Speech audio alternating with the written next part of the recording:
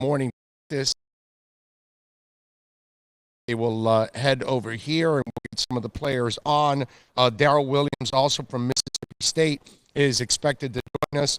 FIU quarterback James Morgan also is on the agenda, so we are trying to get several players for you. If you've missed any of the show, if you've missed any of the show, you can go back and check out the podcasts, and you can check out a bunch of the interviews that we have had on the show over the last couple of days. This is our last day here to cover the East West Shrine practices. We will head back to Miami tonight, and then we will head out to Mobile, Alabama on Sunday, so we can cover the Senior Bowl also right after this. 21st year for Senior Bowl and Shrine. Before the departure of 3 a.m. Monday morning, we will be doing a regular Thursday and Friday. Oh, yes. We will be tomorrow at Toyota of Hollywood, broadcasting live, and then on Friday, we'll be in the morning at Craig's Inn Acura, and then in the afternoon, we'll be at Hialeah Park. So all of that will be there throughout. So we will have a regular show like we normally do. Because we do have Inter Miami info and whatnot, that will be Michelle Kaufman at 2:30 on Friday. She's going to be nice enough to join us. Yeah, well, then that means we have to move Will Carroll then, because that's his slot. We put her at his slot, so now we got to move Will Carroll. So we'll get all of that done. Juggling. We'll figure it out. We'll have her on Friday. She's been at the MLS meetings, the preseason type meetings that they have out there in Los Angeles, because she is the beat writer of Inter Miami. I think she's still the only beat person on that sport right now. I don't think there's anybody else that's on that beat. There might be covered an event here or there, but it's weird how that team only has one beat person right now. So anyway, remember, you can always get in on the accidentlawfirm.com text line, which is 78322-1105. That's 78322-1105 if you want to get in on the program, as we take you, of course, till about, I would say, close to 4 o'clock, right around there is when we'll go, and we'll have a little fun there on the show here. We got a lot of things to talk about. Tua. So the news comes out. Lee Steinberg is interviewed by Rodak from AL.com. Rodak used to be the Bills writer. He's been covering the Alabama football team the last couple of years, and does a really good job overall. Good reporter, good writer. And he got Lee Steinberg in an interview, and Steinberg said that he expects to be ready before the combine and to have a 40-minute session where he's going to throw 60 to 80 passes for the scouts. Now, it all sounds great, you know what I mean? And hopefully every rehab goes well for the young man. Nobody wishes anything bad on him. But my point to all of this is that this is a guy that is going to throw to air. You know what I mean? And so if he's going to be throwing to air, that shows me nothing. There's going to be no pass rush. So what kind of movement will he have? And he's not the most athletic guy as it is. Okay? It's not like he's Russell Wilson or obviously nobody's Lamar Jackson, but he's not even Russell Wilson either. He's not that kind of athlete. He can move around. Now you wonder, after this hip injury, how is he going to move around? How is he going to react? And you're not watching him throw under pressure, which is the real challenge. And you're not watching him throw under coverage, too. You're watching him throw to nobody. There's no defense, and it's just guys that are running routes, his guys that he's going to be able to throw to, guys that he already knows. And it's not like he can't adjust, because we all know, we watched him for the last couple of years. The kid can pass. That's the one thing you cannot deny about Tua, is he's a hell of a passer. He's got great accuracy. But now you've got this hip injury. You don't know how much it's really going to affect him. And he has an injury-prone label as it is. He's a fragile player. However you want to look at it, look, most of our bodies are not made for football, okay? These men that play this game and they're able to stay healthy, they are freaks, okay? I mean, it's a gift to play in a game that you're probably involved in several car collisions, okay? Because the way you're knocking heads and the way you're colliding with people, most of us could not last 1 minute in an NFL game. And I'm watching practice today, and just watching offensive linemen with, that punch right into the chest. They do that punch to you or me, and they'll cave in our ribs. Okay? These guys are, they're not just dinosaur human beings. Yeah, they're not just special because of how fast they run and how far they can throw the ball or how accurate or they can catch it. We know all of that. Okay? Freakish talent to stay healthy in the game, that's special. And when you see the guy that constantly breaks down, then that's the thing you've got to be concerned about. And with Tua, that has to be a legitimate concern for anybody. So it's great that he's going to be able to practice. It's great that he's going to be able to throw. Okay? But in the end, it really means nothing. It doesn't – either you have the conviction that you're going to draft him or 4, 5, 10, 20, or 37. I don't care where you're going to pick him. If you have that conviction, now you're going to have it when he throws the ball because you're already banking on him staying healthy. You're banking on him being healthy, which when he throws, he's not going to be ready to take hits. It's not like when he practices that day or when he when he has his workout, it's not like he would be contact at that moment. And so you don't really know what you have in Tua. Do you think he's even going to do any rolling out, any running? He has to. He has to. If he's going to throw 40 to 60 times, movement. There has to be movement. Okay. That all these workouts have movement. You cannot just stand there in the pocket and just throw. So he's got to run cone at the end and throw. Yes. Right. Yeah, they're going to have he's going to have to show rolling one way and the other, stopping, throwing, all of it. Yeah, planting, throwing, all of that. And they're going to want to see him plant. Oh yeah. 3, 5, 7. Dig and drop and throw, and they want to see that ball come out with zip. You know what I mean? So that's going to be all there. Now, that part you can assess, but again, how much more can you assess that? You can only say, well, maybe he's not 100%. You've got to figure he's not. A couple more months, he'll be. That's why my thinking is, if you're going to draft him, you're going to draft him no matter what already at this point. Okay? Because if the doctors tell, yeah, he'll heal up, and I expect him to heal up too. The question is, do you expect him to stay healthy? That's the whole thing with Tua. Can he stay healthy in a league that they play more games, they're bigger, stronger, faster, and they hit harder? Okay? I mean, that's the question you have to have.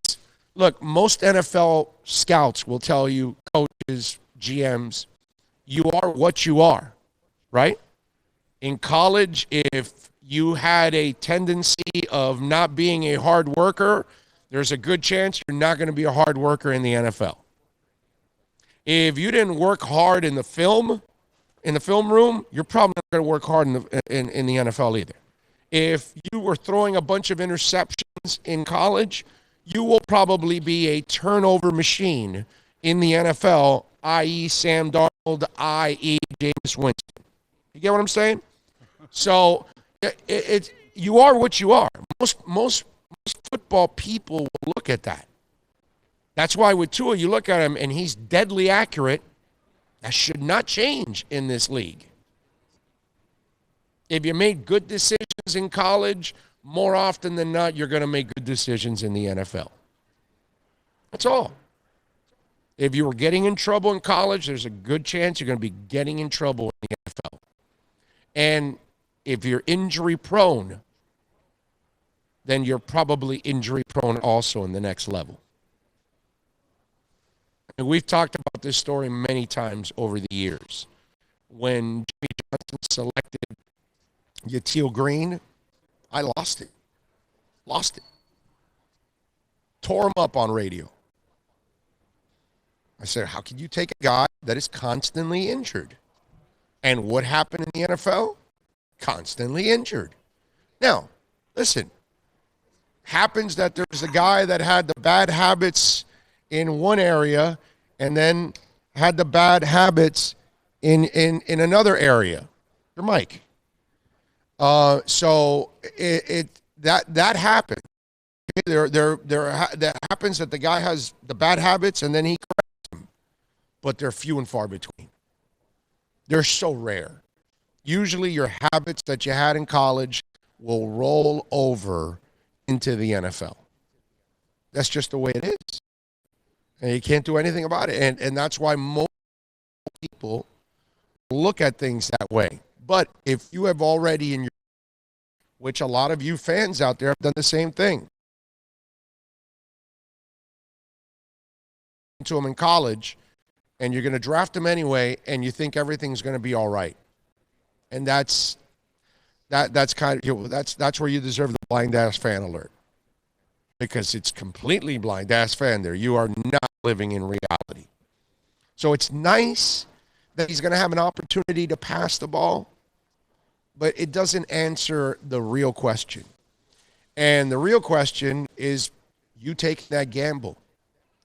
Whatever team drafts him, you're going to take that gamble.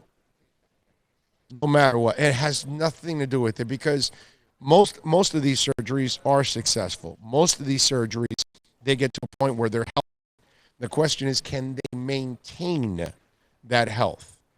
And that is going to be the real issue for Tua. And that's why, to me, it's nice that it's a nice sell job by Lee Steinberg, because that's what he's doing. He's got to sell his player. I mean, I meet agents here and next week, and I'll meet a bunch of them at the combine, and they'll be telling me about their player, you know. But I'm one of those.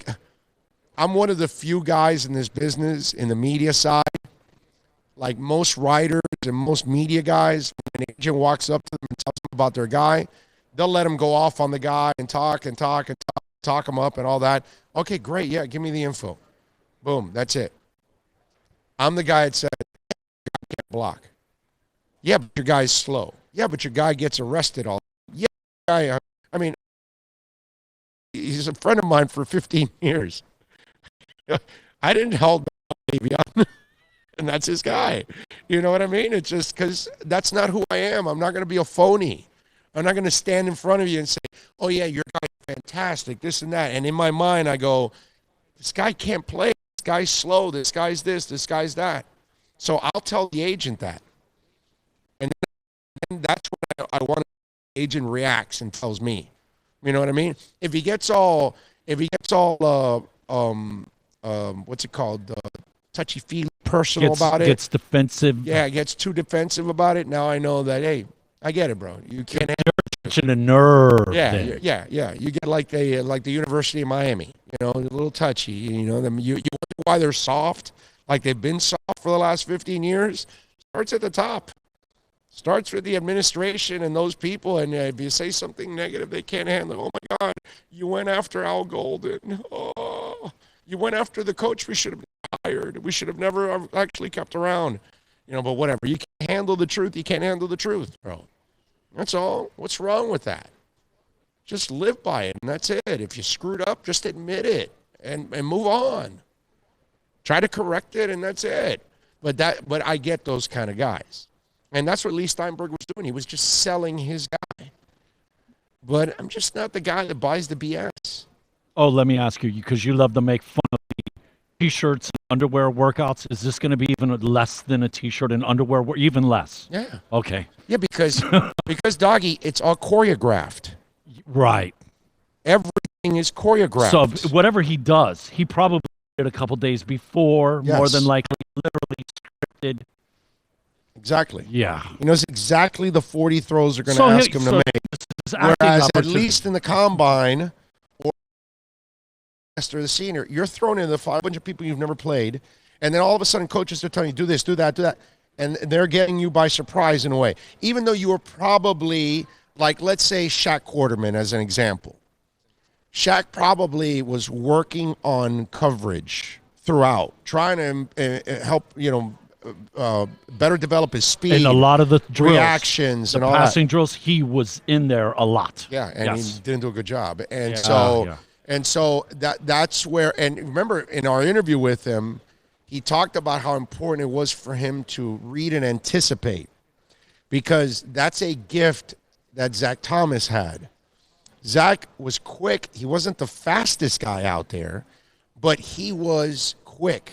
And then he was really smart, so he read the play, and he already knew what play was coming, so he knew what direction the play was going, the player, all that, so he can be to that spot faster. It's kind of like Drew Brees and Cam Newton. Okay?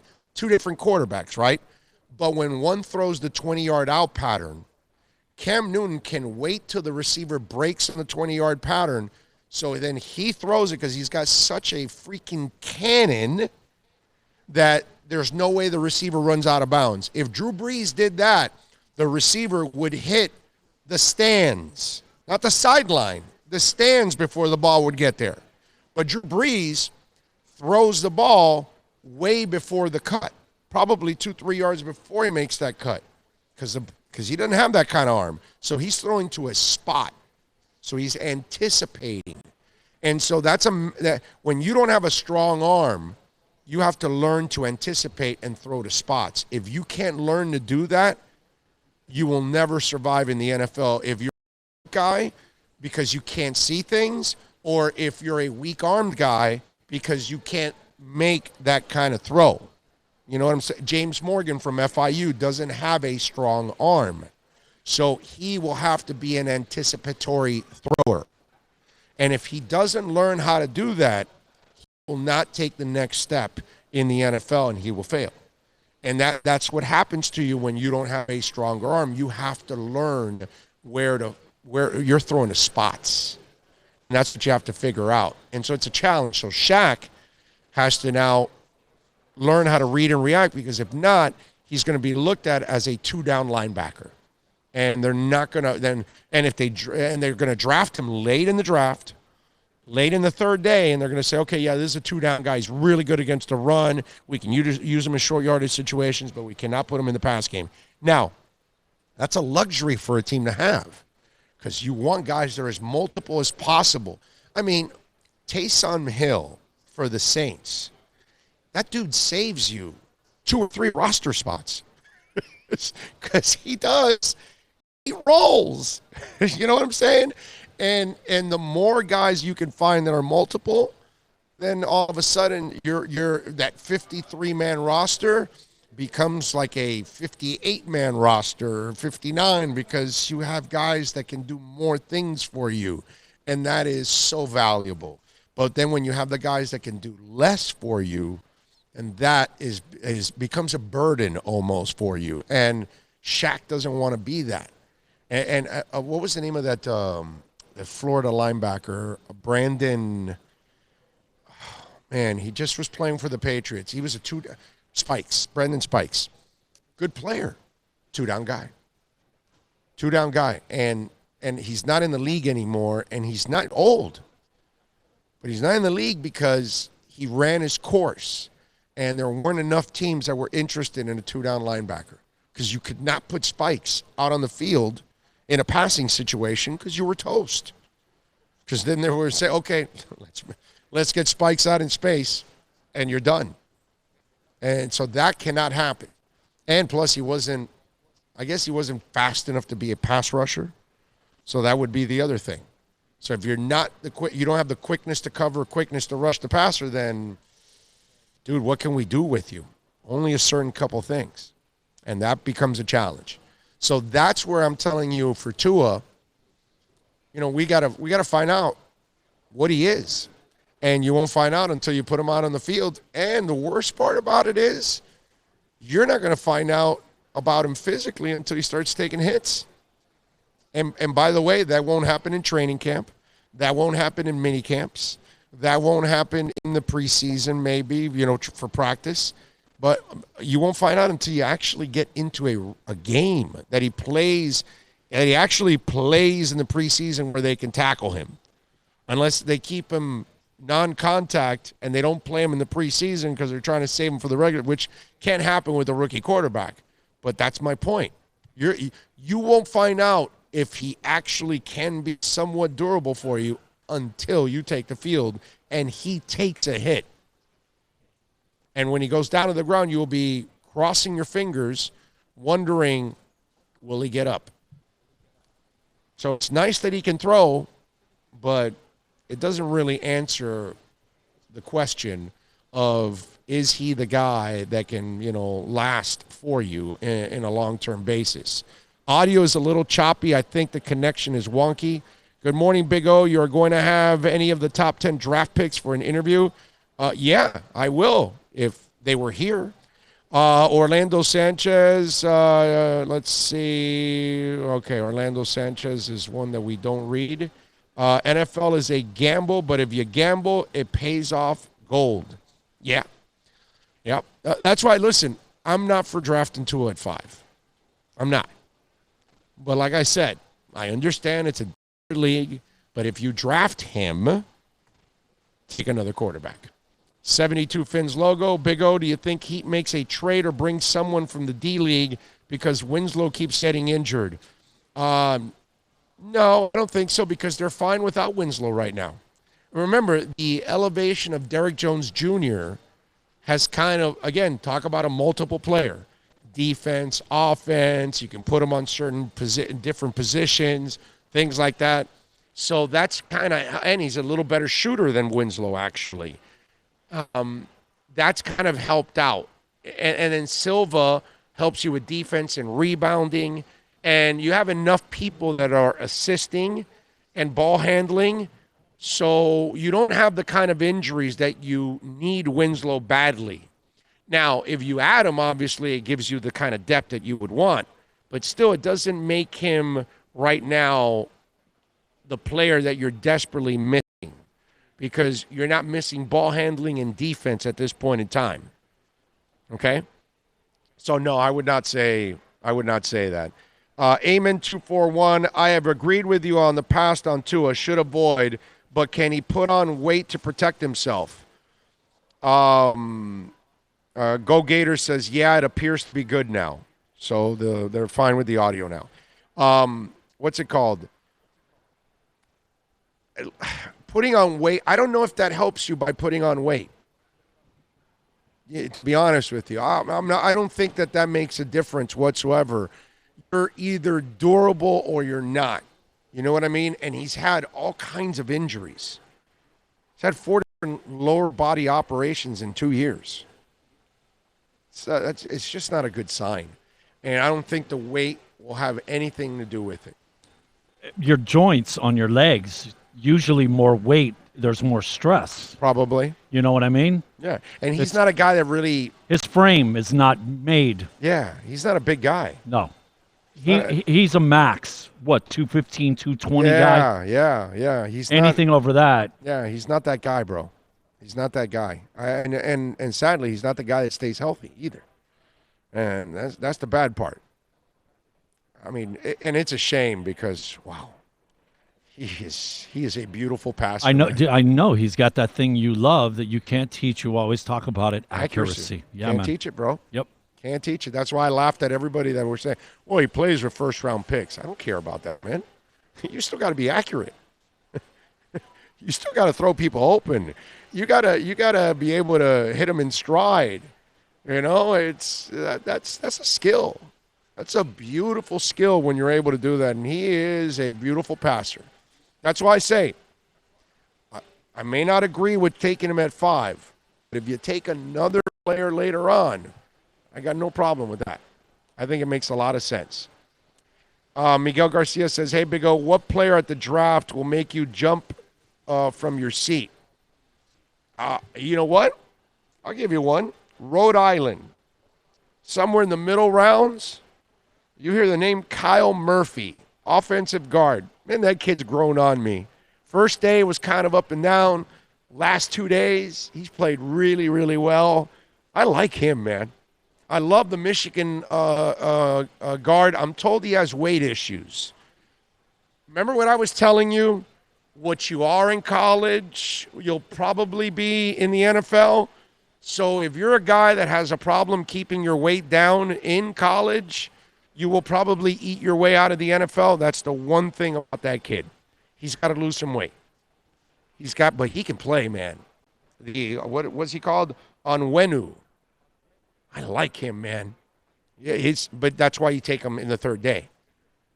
You know, project, not a perfect. Remember, here you're not seeing first and second rounders. There might be a couple that slip into the third this year. Actually, this is a really good roster this year. But you're going to see a lot of third day guys here.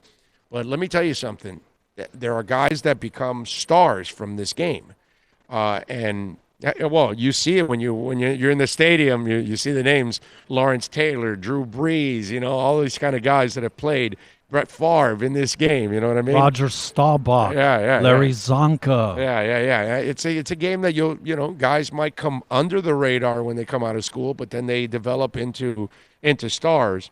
But the Kyle Murphy kid from Rhode Island, if they take him somewhere in that third day, I'm going to be going, yeah, man, I think they found themselves a nice little project at guard. I like him, man. The Aaron Parker kid, his teammate from Rhode Island, the receiver, I like him too, late in the draft. Tavian Feaster, the running back from South Carolina, we're going to have him on hopefully in a couple minutes. He's a guy I like. McTelvin Agim from Arkansas. Love that guy's motor. Holy crap. That guy, player, man. Like him. I like him a lot. You know who's interesting? I know nothing about this kid. Berry College with a B. Okay, I've never, not Barry University, Berry, like in Berry, Berry. And there's a kid by the name of Mason Kinsey. And I got to tell you, all he does is burn guys. Okay? Never heard of it. Hell, I don't think I've ever even heard of Berry College as it is. Forget the player. I've never even heard of the college itself. Berry as in straw. Berry. Right? Yes. Okay. Yes. You ever heard of that? No, obviously ours because of it's in our backyard. Yes, Barry. But Barry, never heard of it. And this happens every once in a while when you come to this game, or I used to go to the Las Vegas Football Classic or the Gridiron Classic. You find the name of a new school? Yeah. It's like, what school is that? You know, because you look at the helmet, you're like, what the hell is that? And then you got to look at the roster. You would think with all the lines, with all the Vegas, you've seen this. It's come across. Yeah. At some point. Yeah. No, you're right about that. That's a great point on the Vegas thing. You're right. But wow. 72 Fins logo says, sorry, didn't know the top 10 draft picks not there. Good job with the interviews. Well, appreciate it, my brother. But yeah, no, the next week we'll have, I don't know if you'll have any. I got to look at the roster. I'm not sure if there'll be there'll be first rounders there, but I don't know about top 10. Don't those guys kind of shy away? Because, I mean, they are slotted where they're at. Already money. Why risk? Yeah. No, and some of them are juniors. The only thing that's going to happen Some of them are juniors, so they can't go. True. But the only thing, in that position, man, let's face it, the only thing you do is devalue yourself because you're already up. Yeah. So why? I get it. Yeah. It makes sense. Also, what top guards will be available in free agency? We need a tough guard. Go Fins. Sal, I need to know who's available yet in free agency. We don't know yet who has signed with their teams. Remember, guys that are free agents still have not re-signed with their teams. Once that deadline passes and they become outright free agents and free agency opens, we'll know that a couple days before, and then we can start talking about it. But I'm not going to start talking about a guard that might be available, and then he signs a contract 2 days from now, a week from now, and I wasted my time talking about it. So let's wait till we actually get the real list of who's available in free agency. Who did not sign with their team? Let's find that out. Okay? We're a half hour in. Can we get a stoppage here? Yep. Temporary timeout. George Vidal says, Big O picking up the show in India. Wow, you're watching us in India. Damn. What that? India. That's pretty cool, man. Like the other side of the world. Yeah, see, that is really cool. Yeah, no, it's funny because I get to track everything and where everybody comes, where our downloads are from. And here are the countries, okay? Obviously, United States, Canada, United Kingdom, Mexico, our top 4. Here's our downloads: Malaysia, Germany, Bahamas, Guam, Russian Federation, Israel, Colombia, Italy, Spain, Brazil, the Netherlands, Ecuador, Puerto Rico, Honduras, Panama, India, Dominican Republic, Chile, New Zealand, Taiwan, France, Romania, Finland, Australia, Turks and Caicos, Turkey, Philippines, Belgium, Aruba. I love Aruba. I've been there twice. Argentina, Ukraine, Indonesia, Greece, Ireland, Thailand, Jamaica, Peru, Cambodia, Japan, Republic of Korea, Denmark, Guatemala, Croatia, Norway, Vietnam, and Poland. They can only give you the top 50. Those are the top 50 countries that download our show.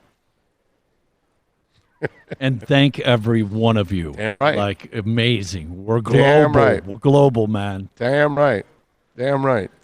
Let me see today, see if there's any funky cities in the top 10.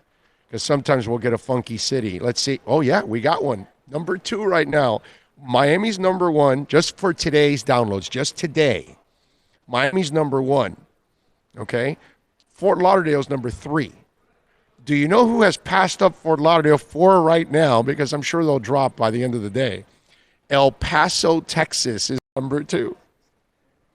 So Miami, El Paso, Fort Lauderdale, Port St. Lucie, Atlanta, Mountain View, which I have no idea where that's at, Hollywood, Huntington Beach, Orlando, Pompano Beach, and Hialeah rounds out the top 10.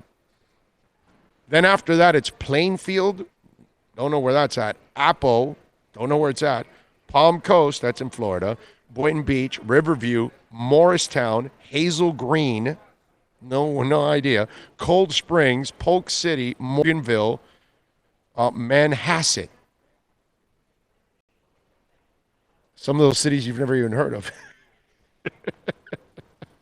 You know, the one thing I don't like about the city thing is they don't tell you the state. And you know how there's multiple cities, you know. Right. Yeah. But you look it up and it's good. Less than 5 months.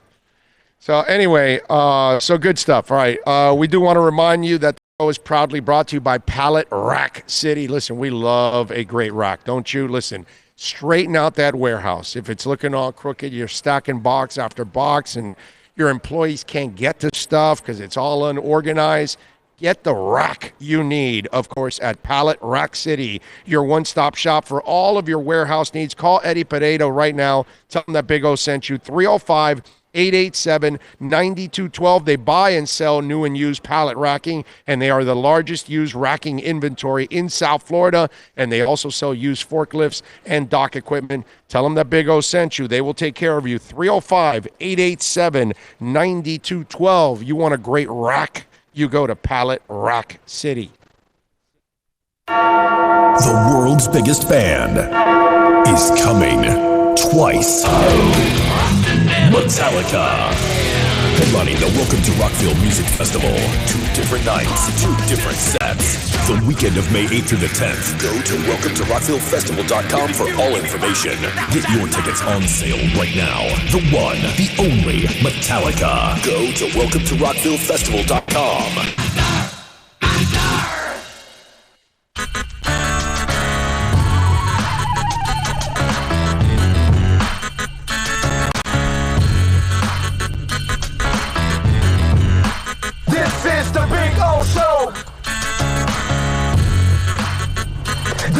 Tax tag title. It includes $8.99 dealer fee on approved credit offers and 11/10/19. Over 1,500 Toyotas are on the ground, and truckloads of new 2020 Toyotas just keep on coming. To eliminate all 2019 models, Toyota of Hollywood is holding the ultimate 2019 model year changeover event. Make us an offer, any offer. can buy a Toyota at up to 50% less than their original MSRP when new and used. 50% less. A pre-owned 2019 RAV4, not $30,000, $19,775. A pre-owned 2019 Camry LE, not $26,000, $17,775. A pre-owned 2019 Corolla LE, not $22,000, $12,775. Pay up to 50% less at Toyota of Hollywood, the #1 volume Toyota dealer, based on total retail sales of new Toyotas in the Southeast region for 2014 to 2018 per SCT, on 441 between Hollywood Boulevard and Sheridan Street. Open till midnight. Thinking about buying or refinancing a home? Act now. Home values are ticking up. Don't put off making a move any longer. Call Michael Kodzie now at Choice Mortgage Bank, 561-441-2730, while mortgage interest rates are still at historical lows. Call now to get pre-approved and buy your dream home. If you're currently paying over $800 a month for rent, call 561-441-2730 now before interest rates go up. Down payments as low as 3.5%. Veterans may qualify for no money down. If you own a home, but you're upside down, Michael Kodzie can help. If you're being denied by your bank or your loan process is taking too long, call 561-441-2730. Act now while fixed rates are still under 3.5%. Offices in Boca and Boynton Beach. Rates and terms subject to change daily without notice. Equal housing lender. NMLS 122081. The world's biggest band is coming twice. Metallica. Headlining the Welcome to Rockville Music Festival. 2 different nights, 2 different sets. The weekend of May 8th through the 10th. Go to WelcomeToRockvilleFestival.com for all information. Get your tickets on sale right now. The one, the only Metallica. Go to WelcomeToRockvilleFestival.com.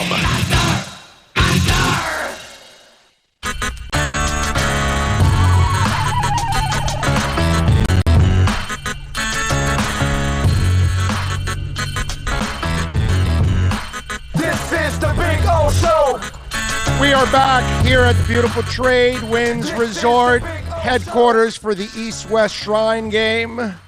I see you were all jacked about our Rockville commercial, huh, Bill? You were all jacked up yesterday. We got the official news. We will be at Rockville.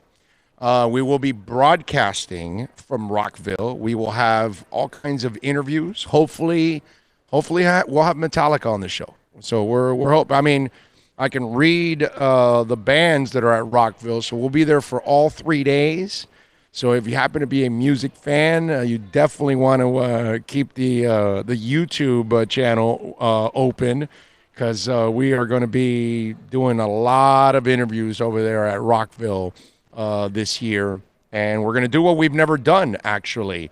Because, again, I can do whatever we feel like doing now. You know what I mean? At a radio station, we wouldn't be able to do these kind of things. But now with the flexibility that we have here, that weekend, we could be popping in with all kinds of guests all throughout. So, I think that's going to be a lot of fun that will be at Rockville this year. And the fact that Metallica is performing twice and 2 different sets, that is just absolutely freaking awesome, dude. Closing the show on Friday and Sunday. I know. So I'm hoping that means that Saturday maybe they're hanging around and we can get them for an interview. I don't know. We'll see. I don't know if they'll be able to do it, but maybe Friday. Either way, we're going to be there all 3 days. And so we'll have all, and let me give you a list of Metallica's there. I know you're going to love the Deftones on Friday. Yes, sir. Social Distortion, Dropkick Murphys, Rancid, Royal Blood, Ghost Amon. Let me see. Let me give you some of the ones that would be interesting. Disturbed on Saturday, The Offspring, Stained, Lamb of God, Alter Bridge. Looking forward to that one.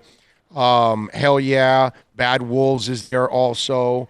New Year's Day, and Joyous Wolf. Those are really good on Saturday. Sunday, Metallica, Leonard Skinner, Godsmack, Mastodon, Anthrax. We were just jamming Anthrax coming in, actually. what's it called? What else is there?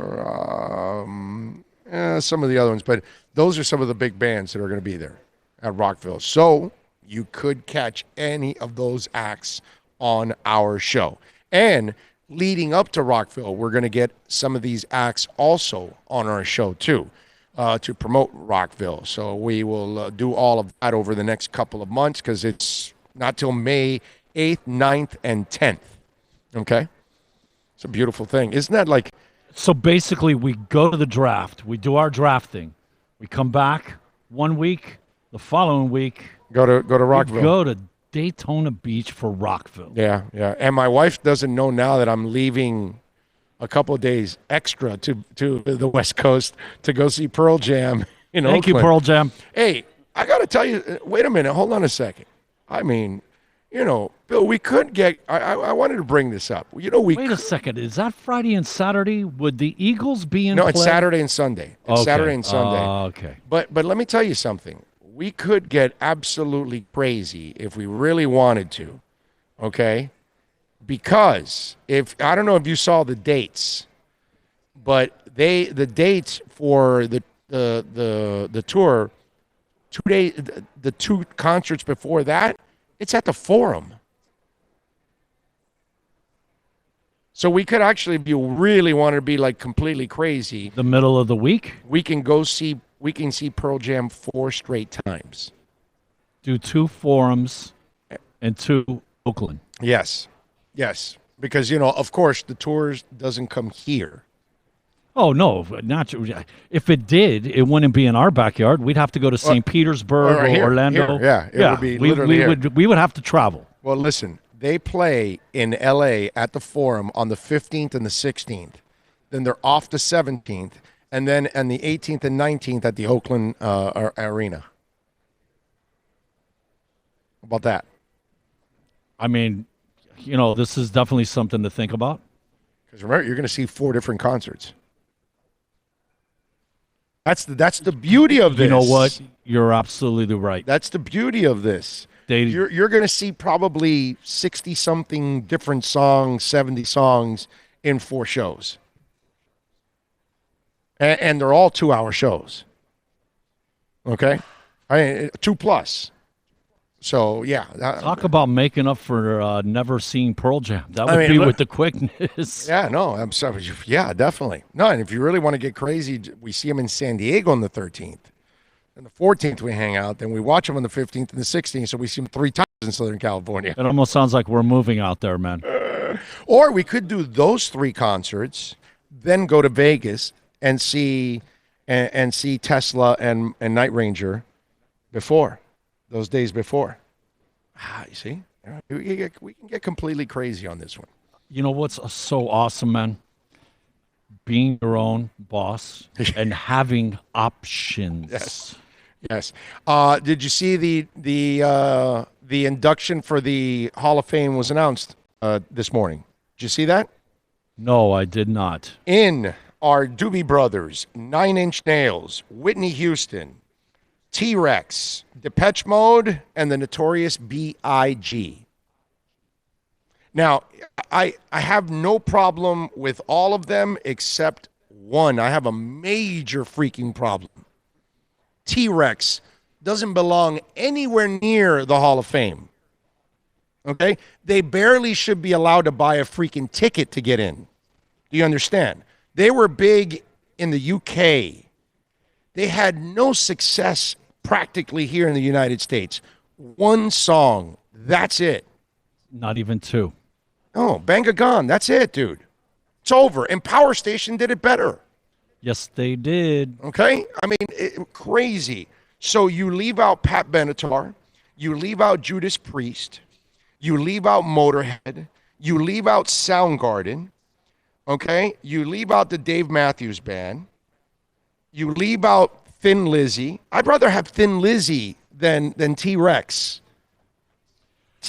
No, in international, I mean, that's where you're going. And Lizzy probably made more impact. And I got one more band that most people that don't follow all kinds of music like I do. If you follow a genre or another, you're not really going to know about Yeah, certain you're things. stuck in your box. All right, so they left the one band that is more influential than anybody that's on the list.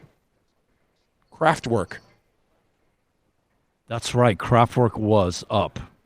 They were involved. How do you not put in Kraftwerk? The only electronic music started with Kraftwerk.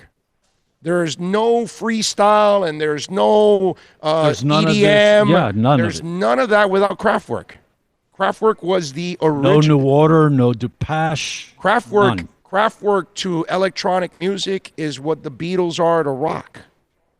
That's what Kraftwerk is. Yes, there isn't one that isn't doing that music that can't say in some capacity. You're influenced by that. Anybody and everybody that has done anything with the synthesizer, Kraftwerk started it in the early 70s. Okay? That to me is insulting. That tells me you don't know anything about music. I don't care whether you like it or you don't like it. That has nothing to do with it. Okay?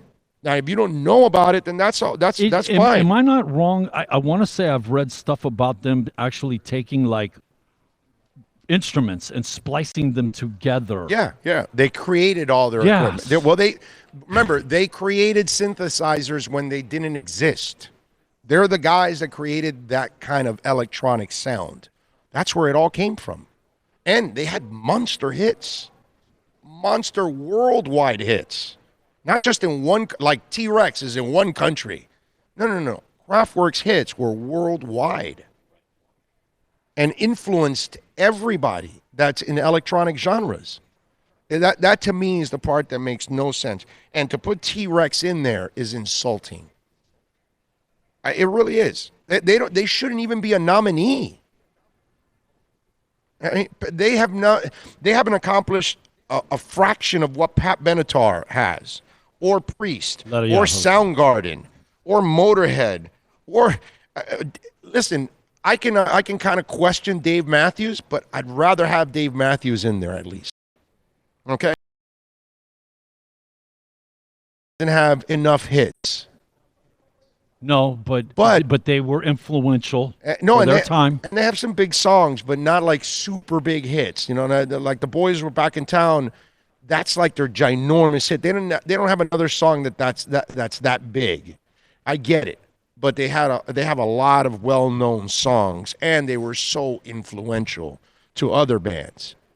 So I can understand Thin Lizzy getting in. I cannot make a case for T-Rex. I can make a case for everybody else, dude. I can make a case for the Dave Matthews Band to be in and Soundgarden to be in. And I think it was almost the Soundgarden thing. They were afraid that they were going to look emotional because Chris Connell just died. You know, since he just killed himself, what was it, 2.5 years ago, 3 years ago? I don't think it's 3 years.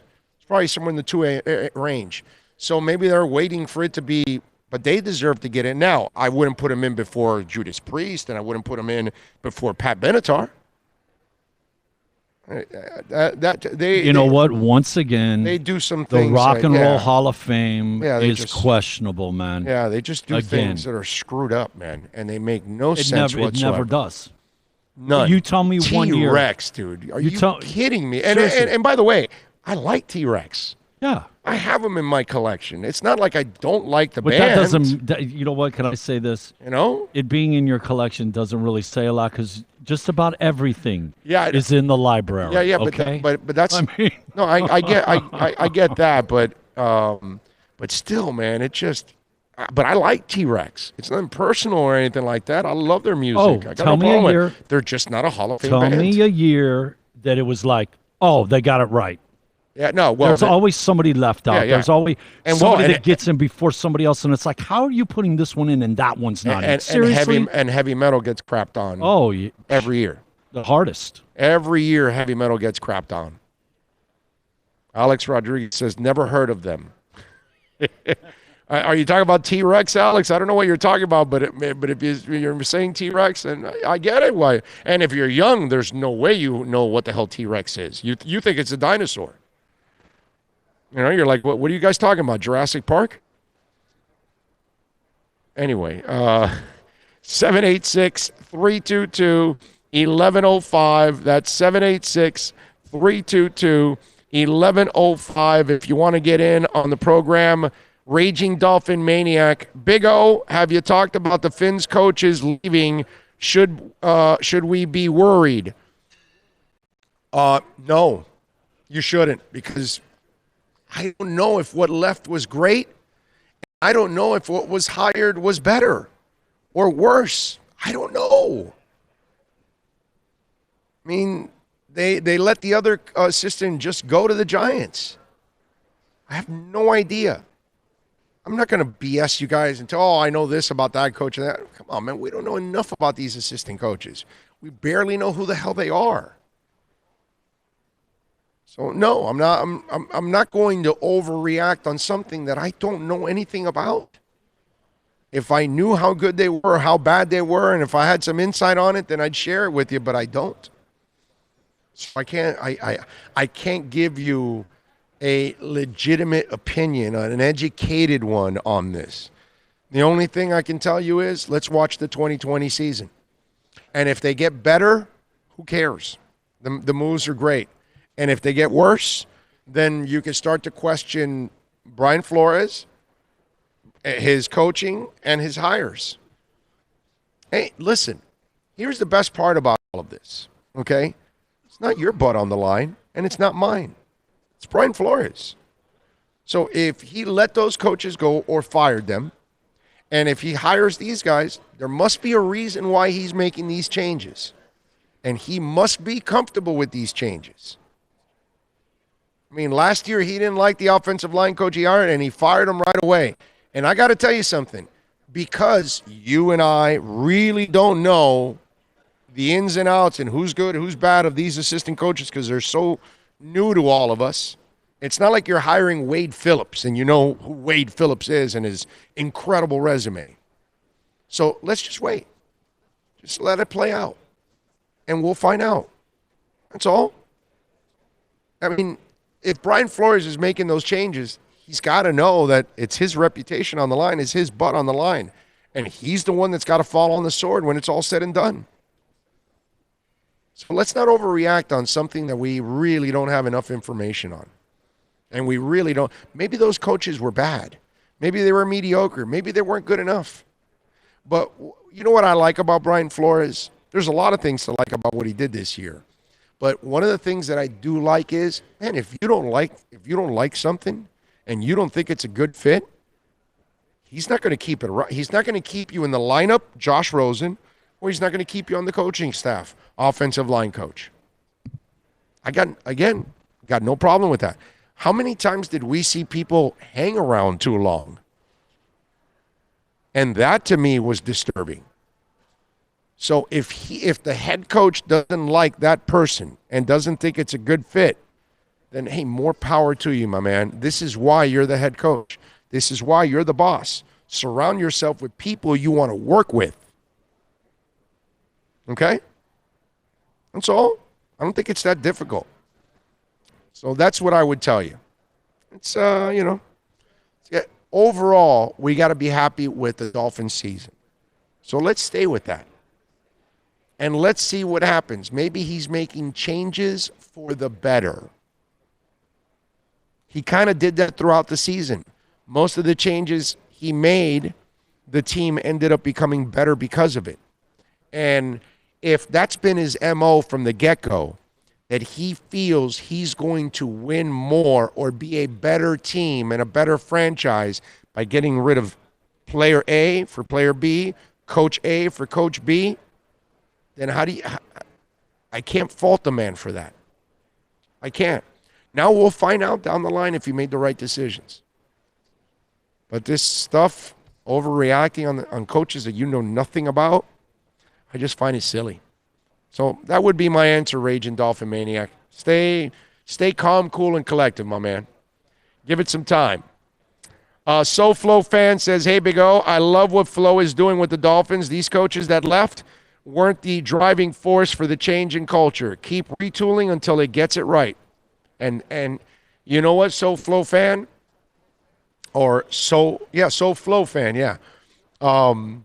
You're right. You're 1,000% right. And listen, time will answer all of this. That's the beautiful part about this, ladies and gentlemen. You're going to find out. 786-322-1105. That's 786-322-1105. Miguel Garcia goes back to football, please. Thanks.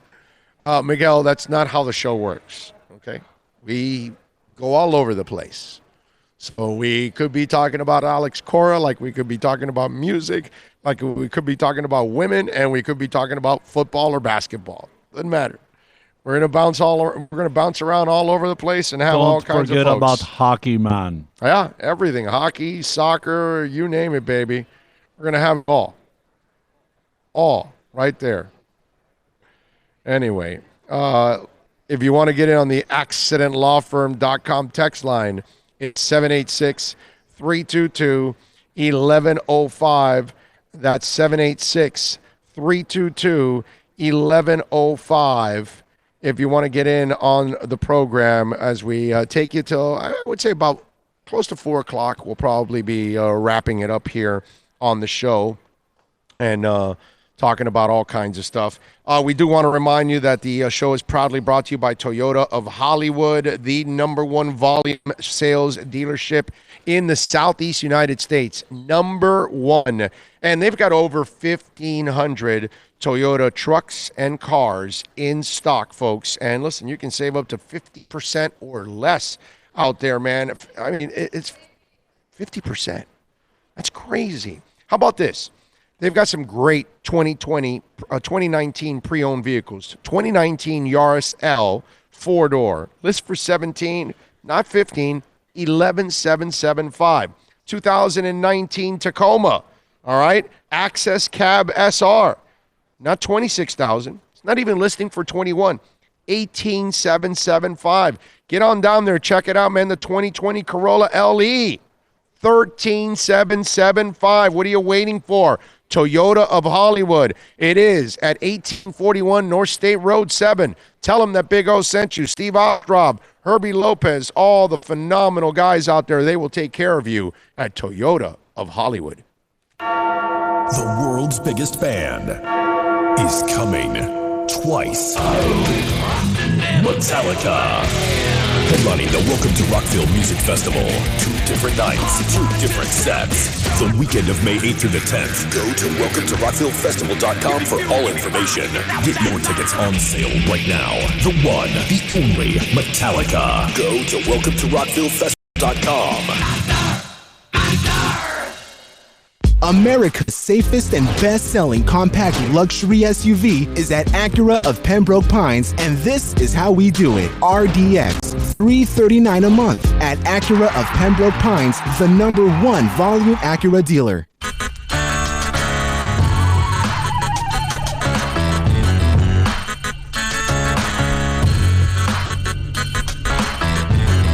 No one expects to get into a crash, but I expect you to go to accidentlawfirm.com if you do. Make sure when hiring a driver, you go through a rideshare app so that you can be covered by the insurance, which can be up to $1 million whether you're a passenger or a driver. In other words, don't try to save a few bucks by paying cash instead of going through the app. I'm attorney Bobby Nunez from Nunez Law in Miami, and we're here to help you through the process. Go to accidentlawfirm.com for a free consultation from me, Bobby Nunez. That's accidentlawfirm.com. Thinking about buying or refinancing a home? Act now. Home values are ticking up. Don't put off making a move any longer. Call Michael Kodsey now at Choice Mortgage Bank, 561-441-2730, while mortgage interest rates are still at historical lows. Call now to get pre-approved and buy your dream home. If you're currently paying over $800 a month for rent, call 561-441-2730 now before interest rates go up. Down payments as low as 3.5%. Veterans may qualify for no money down. If you own a home, but you're upside down, Michael Kodsey can help. If you're being denied by your bank or your loan process is taking too long, call 561-441-2730. Act now while fixed rates are still under 3.5%. Offices in Boca and Boynton Beach. Rates and terms subject to change daily without notice. Equal housing lender. NMLS 1220. plus tax tag title. It includes $8.99 dealer fee on approved credit. Offers end 11/10/19. Over 1,500 Toyotas are on the ground, and truckloads of new 2020 Toyotas just keep on coming. To eliminate all 2019 models, Toyota of Hollywood is holding the ultimate 2019 model year changeover event. Make us an offer, any offer, and you can buy a Toyota at up to 50% less than their original MSRP when new and used. 50% less. A pre-owned 2019 RAV4, not $30,000, $19,775. A pre-owned 2019 Camry LE, not $26,000, $17,775. A pre-owned 2019 Corolla LE, not $22,000, $12,775. Pay up to 50% less at Toyota of Hollywood, the #1 volume Toyota dealer, based on total retail sales of new Toyotas in the Southeast region for 2014 to 2018 per SET, on 441 between Hollywood Boulevard and Sheridan Street. Open till midnight.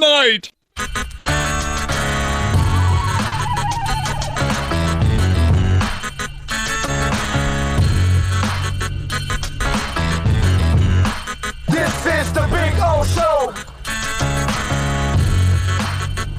This is the Big O Show. This is the Big O Show.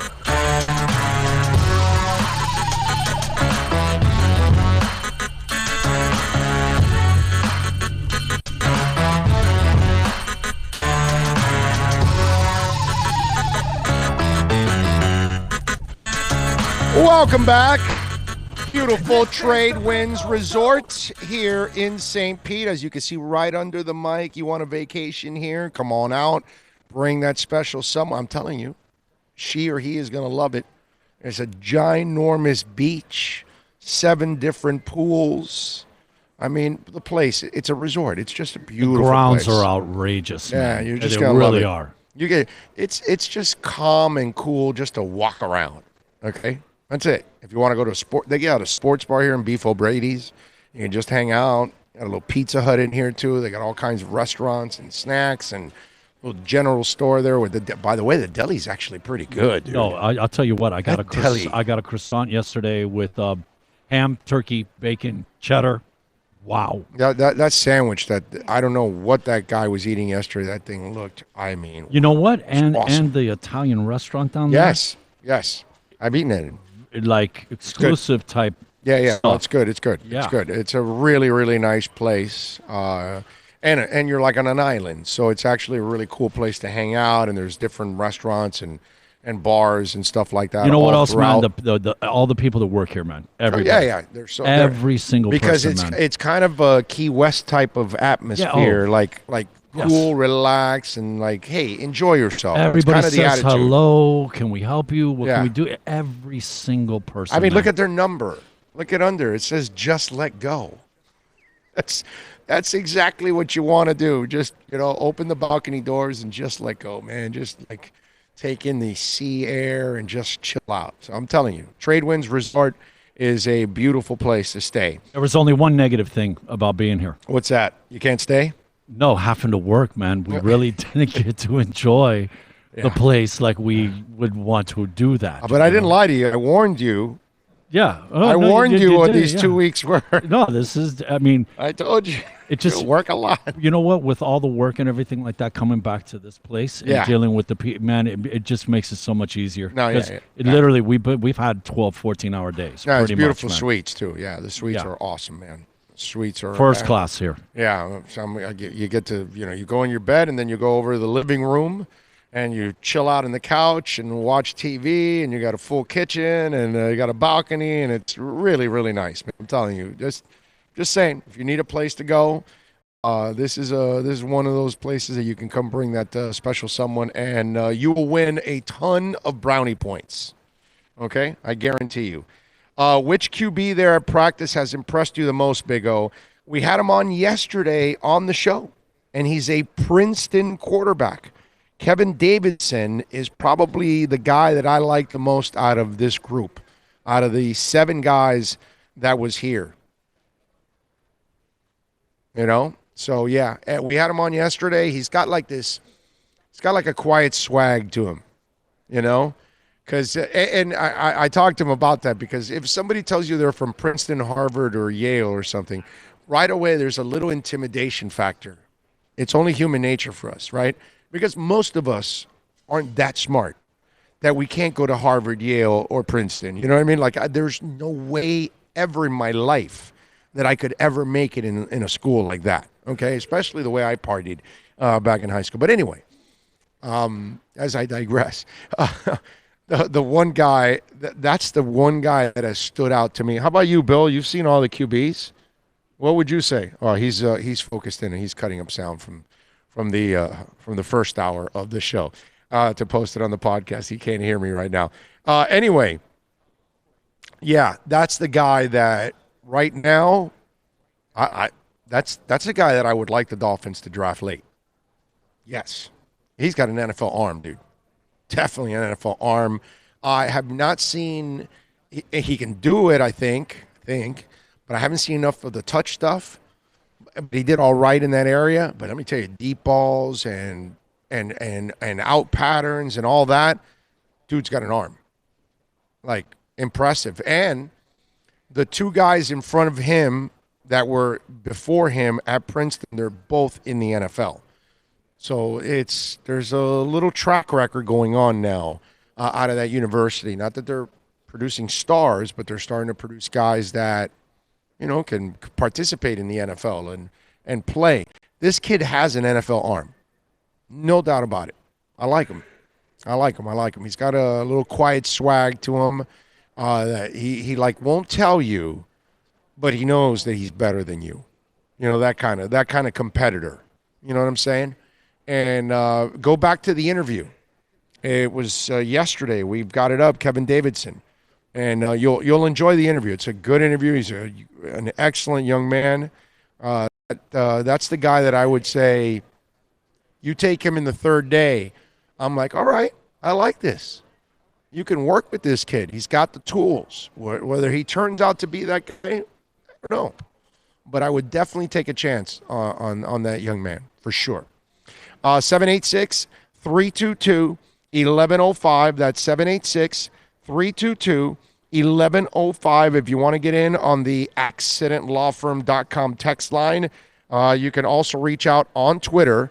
That's at Big O Show. That's the other way to always reach out to us. Many different ways to reach out to us on the program.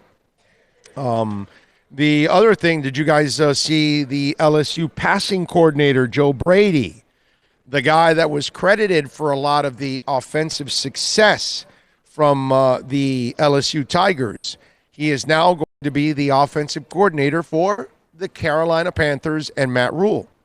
So Matt leaves Baylor and goes and gets Joe Brady, who's an NFL guy who went to college and now goes back to the NFL, and had a lot of success in developing Joe Burrow and putting him in a really successful situation.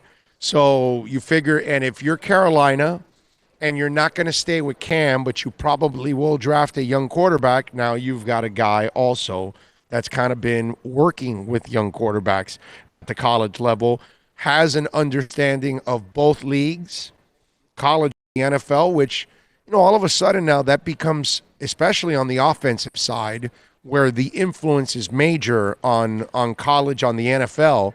And a guy like Brady becomes very valuable in today's world because he's a guy that has experiences on both levels and has experiences running both offenses at different levels. And so he knows the positives and the negatives of it and how he can implement one or the other on a different level. And so it's really actually a smart hire by Matt Rule, because now you get a guy that's experienced, and it's not like he is going to see, for Matt, this is going to be new to him because he's a college coach. For Brady, it's not. That's a real positive for Rule. So nice move by Matt Rule. Not a good move for LSU, obviously, because they want to keep things going. And with the next quarterback, I don't know how much this is going to affect them down the line.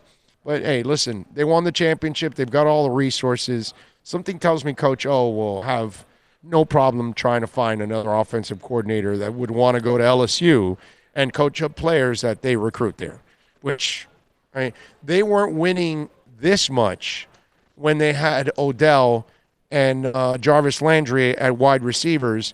And now I'm forgetting the kid that was at running back now that was really, really good. Oh, damn it. Well, whatever. So they had a threesome that was just sick, and they won nothing. Okay? Although the Chase kid is pretty damn good. That sophomore receiver, wow. That guy's impressive. So hell of a move for Panthers, getting Joe Brady. Bad move for LSU, unfortunately. The other one in the NFL that I found interesting was Luke Kuechly. He announced his retirement yesterday at the age of 28. And now we have watched several players now, and in the last calendar year, we've watched Andrew Luck and now Luke Kuechly retire. Now, Luck, his retirement was more of a preventive type thing because he's had so many injuries. He did not want to continue the vicious cycle of injury and rehab and pain and discomfort and all that stuff, and then the long-term effects from it. And you're sad for the Colts. You're happy for Andrew Luck because he's going to do what he wants to do here. And if his heart wasn't in football, you can't play this game if your heart's not in it. As for Luke Kuechly, there's no sadness here. I am extremely happy for him. And why do I say it that way? Because what was sad was watching him being carted off the field and in a state where he was crying uncontrollably. And that's because of the concussion. And you knew that he was affected by the concussion at that moment because that's the reaction that he was getting emotionally, which was giving you a sign that he was concussed. And that was a scary moment for me watching Luke Kuechly because I'm a father. Now, I don't have a son, I have a daughter. But I can't imagine being a father and your child is concussed on a field, high school, college, the NFL. Doesn't matter. Your child's your child forever. I tell my daughter all the time, you're 20 and I'm still going to treat you like you're 10 when you're 45. Okay? I don't know if I'll still be around when you're 45, but if I'm around when you're 45, I will still treat you like you're my child because that's the way it's going to be. They never stop being your kid, man. No, and you're never going to stop loving them that way, like if they're kids. And you're going to care for them because that's your life's blood. And I can't imagine what Kuechly's loved ones were thinking watching him. I can't imagine. I don't know if he's married, but if he is married, I can't imagine what his wife, because I know my wife would be losing her freaking mind. Okay? I've been with my wife 31 years, man. If she saw me in that state, I mean, when I had the 5 stents put in my heart, and I wasn't having a heart attack, but I was having that. You were laboring. Your body was laboring, man. I don't know. It's not laboring because it was, the heart was going. It was just one of those things. And I was surrounded by doctors and nurses, and my wife was in a corner, standing, looking at me, and she was terrified. And she was crying, and she was just emotionally. So I can't imagine what Luke Kuechly's, loved ones were going through watching that. And he has been concussed over and over and over again. And he probably has certain concussions that we don't even know about because all football players have it. Okay? They've been playing the game long enough.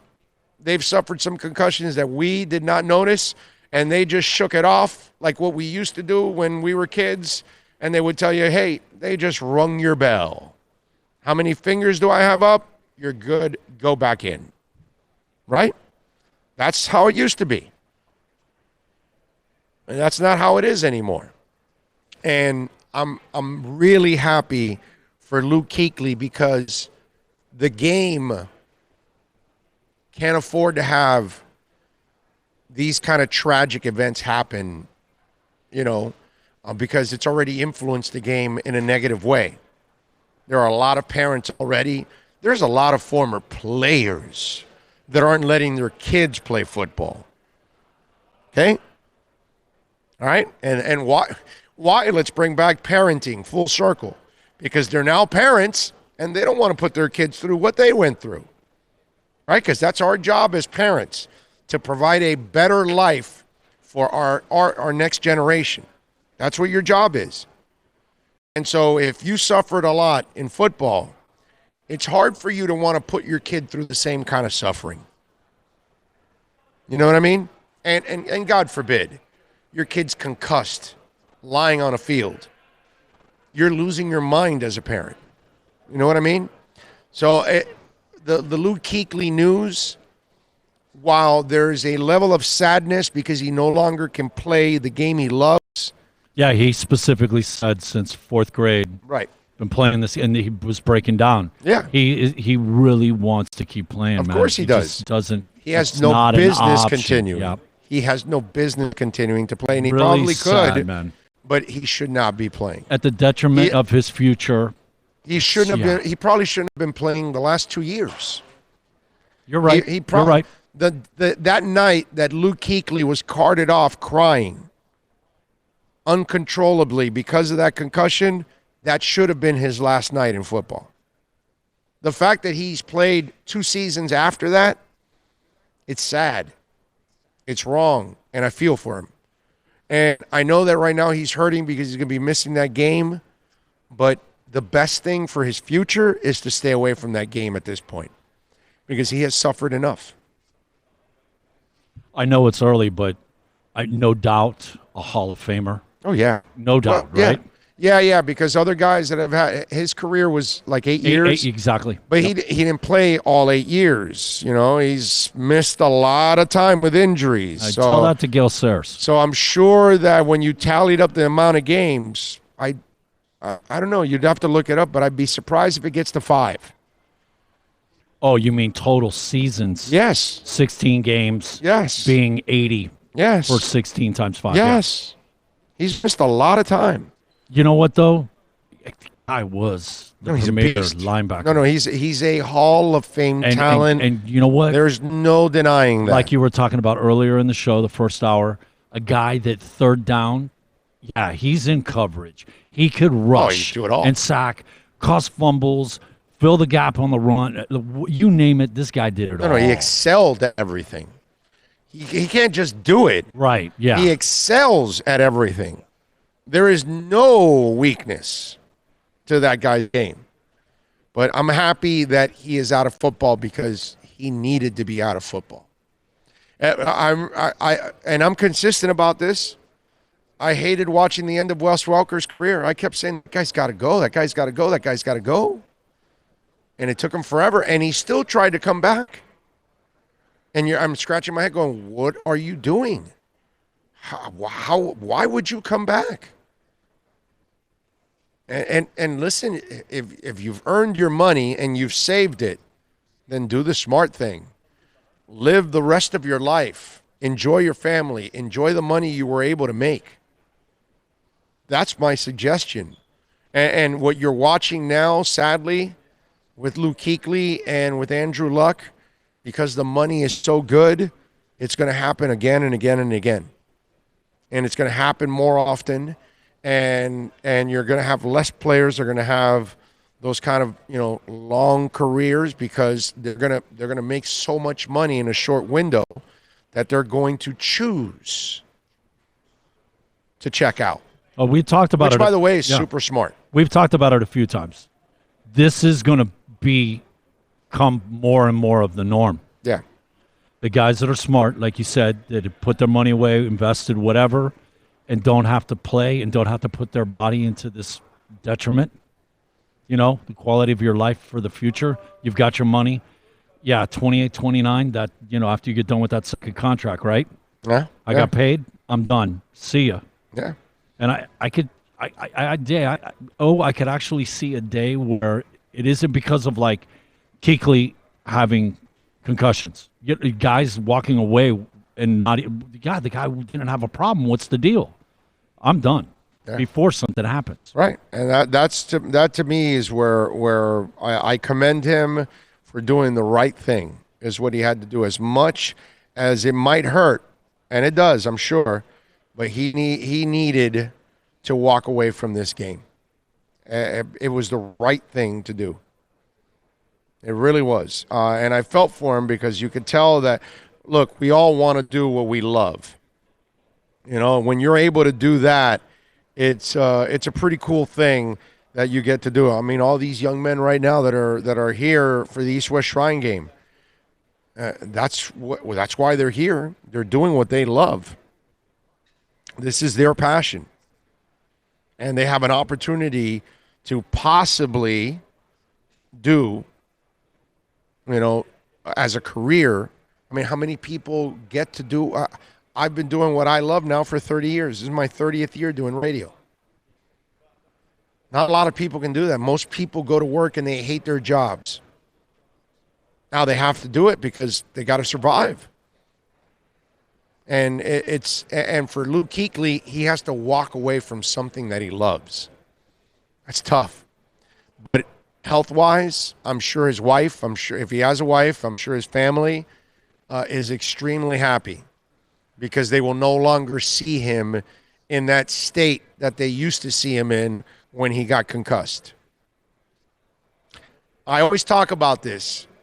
Football players are like Roman gladiators. Back in those days, you watched the Roman gladiator die right in the ring. Nowadays, these warriors, they die behind the scenes. They die with their families, with Alzheimer's and dementia, and they deal with the hip replacements and knee replacements. They were honoring in the national championship game several players. One of them was Earl Campbell. Did you notice that Earl Campbell was sitting down? That's because Earl Campbell lives in a wheelchair, and he can't walk anymore because he ran like crazy on that terrible turf in the Astrodome and wore out all those knees and those hips. It's a shame. 786-322-1105. That's 786-322-1105. Is that Daryl? Is that Daryl? All right, let's sit down with Daryl now. Let's have a little fun. Daryl Williams now from Mississippi State is going to join us. He is looking to live the dream. I was talking about this, Daryl, that you love football, right? Most definitely. I mean, you can't play this game if you don't have your heart in it. You don't have your heart, you're done. If you can't, you got to play this game with physicality and nastiness and have a mean streak. So that's something that I play when I bring to the table each and every day I go out there. Now, let me ask you something. You know that you are trying to do something that very few of us, I'm one of them, not that I play football, but watch where I'm leading you. Most people drive to work and they hate their jobs. About 95%. Okay. I've been doing radio, interviewing athletes and entertainers for 30 years. I couldn't have a better job. I am in heaven. But think about this, how close you are to living a dream that very few people have. A lot of people can have a career and a job, but you're going to have a job and a career you love. Oh, definitely. I'm very close. I mean, knowing that in these following months that I got to continue to compare myself to be one of the best in the business. So I just got to continue to showcase my talent and show how good of a player I am to the scouts and teams, and just continue to work my tail off. So Daryl, what are you proving this week? Do they have you at center or using you also at guard? No, I'm at center this week. We only have 2 centers available, so I'm at center this week. Okay, yeah. So they haven't put you at all. Have you asked them? Hey, I can do guard. I haven't asked them, but I'm sure. They'd love to see me at guard too as well. But I know I can play that position. And it's something I played in 2017, 2018. That's something that's on film. So I feel like I'm very comfortable at it. By the way, I got to tell you, the guy on your defense from Arkansas, McTelvin, man, he's a character and he can play, man. He's got a motor. How many times you haven't lined up with him at all, right? I have. I lined up against him today. They put okay. Today was a great day for me and versus Ted McGee. I think he's a great athlete, but today I think I won that battle 5 times in a row. I love McGee. I think he plays with a sense of urgency, something like that. I love playing against defensive linemen. I don't like going against defensive linemen that plays lazy, and I think that he plays with an excellent motor. And I'm just continue to work my tail off and continue to compete at a high level each and every day I go out there. Well, you're one of the best guards here. There's no guard centers here in interior guys that are here at the East West Shrine game. That's one of the reasons why you were on our list. Most definitely. And we wanted to get you on because the Miami Dolphins, they've got a need for center. So, that most definitely, I'll definitely come in and be able to play the position. Play that role. I'm looking forward to seeing how I can compete at a high level. That's what I'm coming out here to do, to showcase my talent, showcase what I can do on and off the field, not just being a player, but being a leader as well. So that's something that I bring to the table. So tell me a little bit about your interviews. How have they gone so far? They've been going great. A lot of teams asking me, can I play guard? I said, maybe watch the tape. I played guard in 2017, 2018. A lot of teams, I think, have very great interest in me. I'm looking forward to seeing how I continue to work my tail off each and every day I go out there to practice, and not just that, but when I go back to train, to continue to compete at a high level. It's something that I always do. Not just I hate losing. That's something I'm always bring to the table is a winning mentality. Even if we're down, I'm trying to get my team going, my teammates going, and continue to compete at a high level. So Daryl, where did you get that nasty streak you play with? Oh, the crazy part about it, I've been had it since I was a kid when I used to play linebacker in Little League, but then I moved to O-line once I continued to got bigger. But I think one of my previous coaches, John Heavens, he brought it out of me a little bit more. The coach that showed me the ropes, not just to being a smart offensive lineman, but being a physical offensive lineman as well. To make me compete at a high level each and every day at Mississippi State. And I truly do thank him for that. But also Marcus Johnson, the coach that came in after Heavens had left, and continue to make me compete at a high level and not slack and get complacent and something of that nature. So I just love my coach, and my coaches have helped me out a lot to get to where I am today. Okay, so you said the first coach that helped you take the nastiness to a next level. What did he specifically do to you to get you a little bit more with that streak? Oh man, he showed me film. Showed me film of guys he previously coached me how they played and what it had done for them over the years. If you look at it, Gabe Jackson, Elton Jenkins, Deion Calhoun, Martinez Rankin, guys that tend to elevate their game in the next level. And I look at those guys film each and every day before I go to practice and things of that nature. And you can tend to show my strength and show that I'm a nasty offensive lineman. That's something that I compete at a high level each and every day.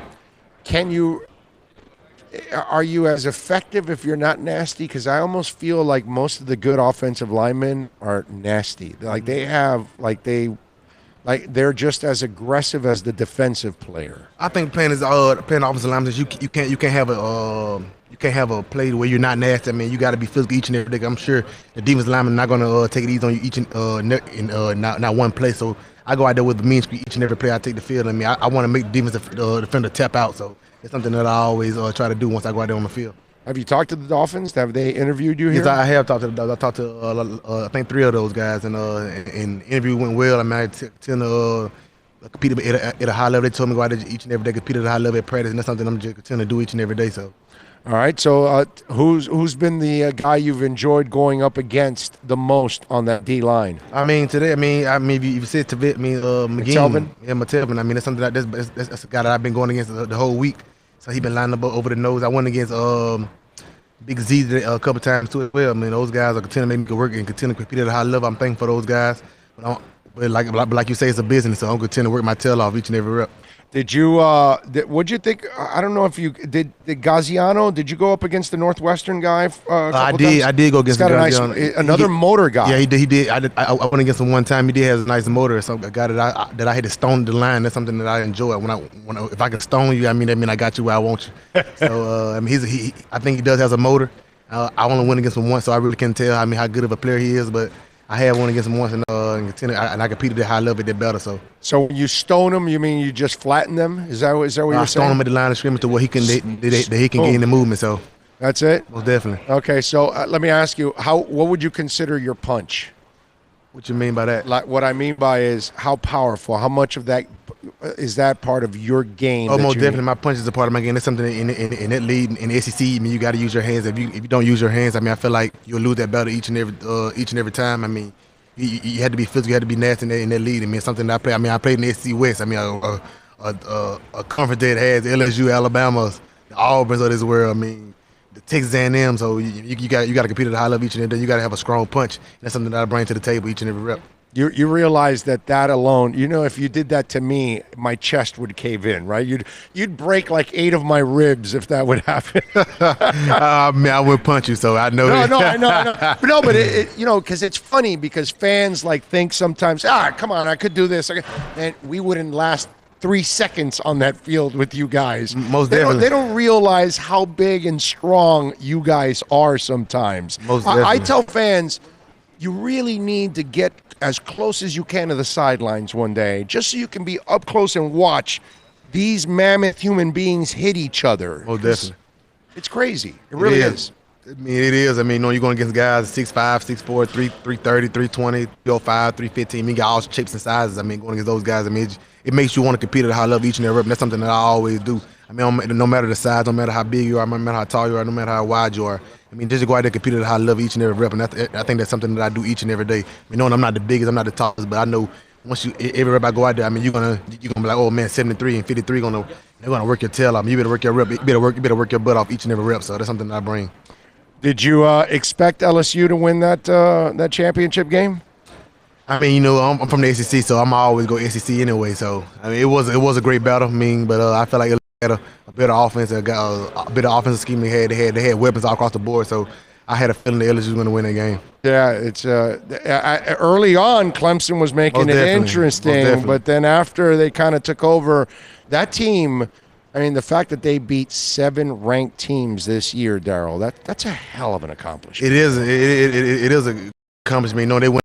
Like I said, they went against the whole West. I mean, I told you, like I said, the West is probably one of the best sides in the SEC. I mean, you got the LSU, like I said, you got the LSU, you got the Auburns, you got the Bamas, you got the Mississippi States, you got Texas A&M, you got those guys. I mean, you got to compete at a high level each and every week. And I think those LSU guys did a heck of a job to win all those games and get the opportunity to get in the championship.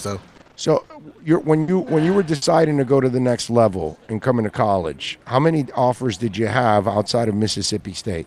Oh man, I had a lot of offers. I mean, I had Florida, I had Auburn, I had Tennessee, I had Kentucky, I had Louisville. Anything outside of the SEC? Man, I had Louisville. I mean, Louisville. I had a couple more guys too. I can't remember. So once SEC. So once you got all those SEC ones, you were probably going to end up in an SEC school, right? Well, definitely, that was something that I dreamed about going to SEC school ever since I was a kid. So SEC was always on my mind. So it was no doubt about it. I was going to go to SEC school. Yeah, and that I would imagine it's because the competition, man, it's going to prepare you also better than any other conference, right? Most definitely, knowing you're going against a great player each and every week throughout that conference. I mean, I think I enjoyed my journey at Mississippi State.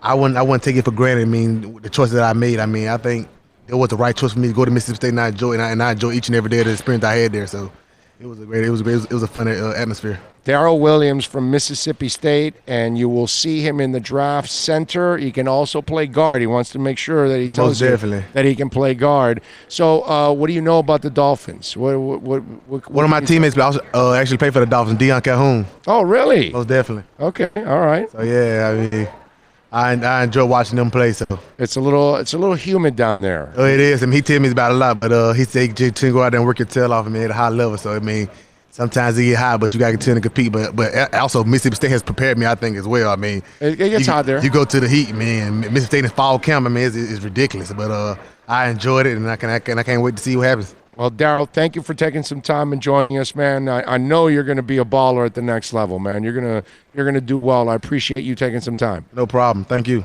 Daryl Williams from Mississippi State. Let's take a quick break. We'll come back with more right here on The Big O Show.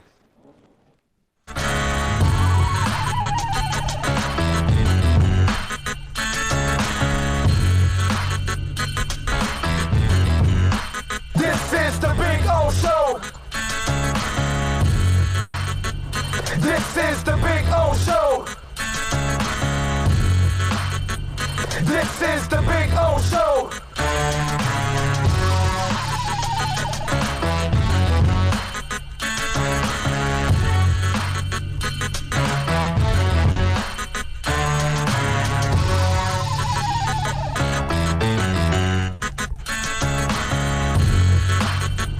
This is The Big O Show. This is The Big O Show.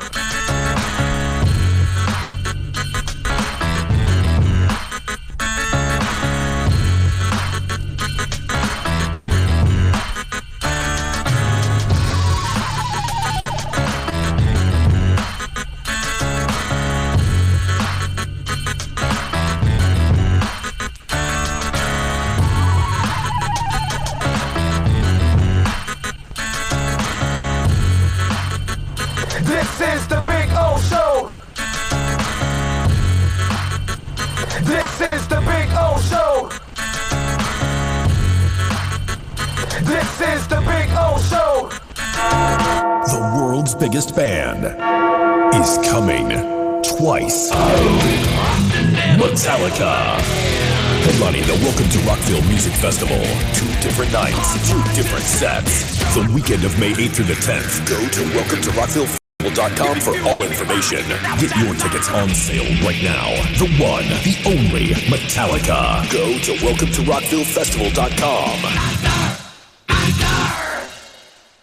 No one expects to get into a crash, but I expect you to go to accidentlawfirm.com if you do. Make sure when hiring a driver, you go through a rideshare app so that you can be covered by the insurance, which can be up to $1 million whether you're a passenger or driver. In other words, don't try to save a few bucks by paying cash instead of going through the app. I'm attorney Bobby Nunez from Nunez Law in Miami, and we're here to help you through the process. Go to accidentlawfirm.com for a free consultation from me, Bobby Nunez. That's accidentlawfirm.com. America's safest and best-selling compact luxury SUV is at Acura of Pembroke Pines, and this is how we do it. RDX, $339 a month at Acura of Pembroke Pines, the #1 volume Acura dealer.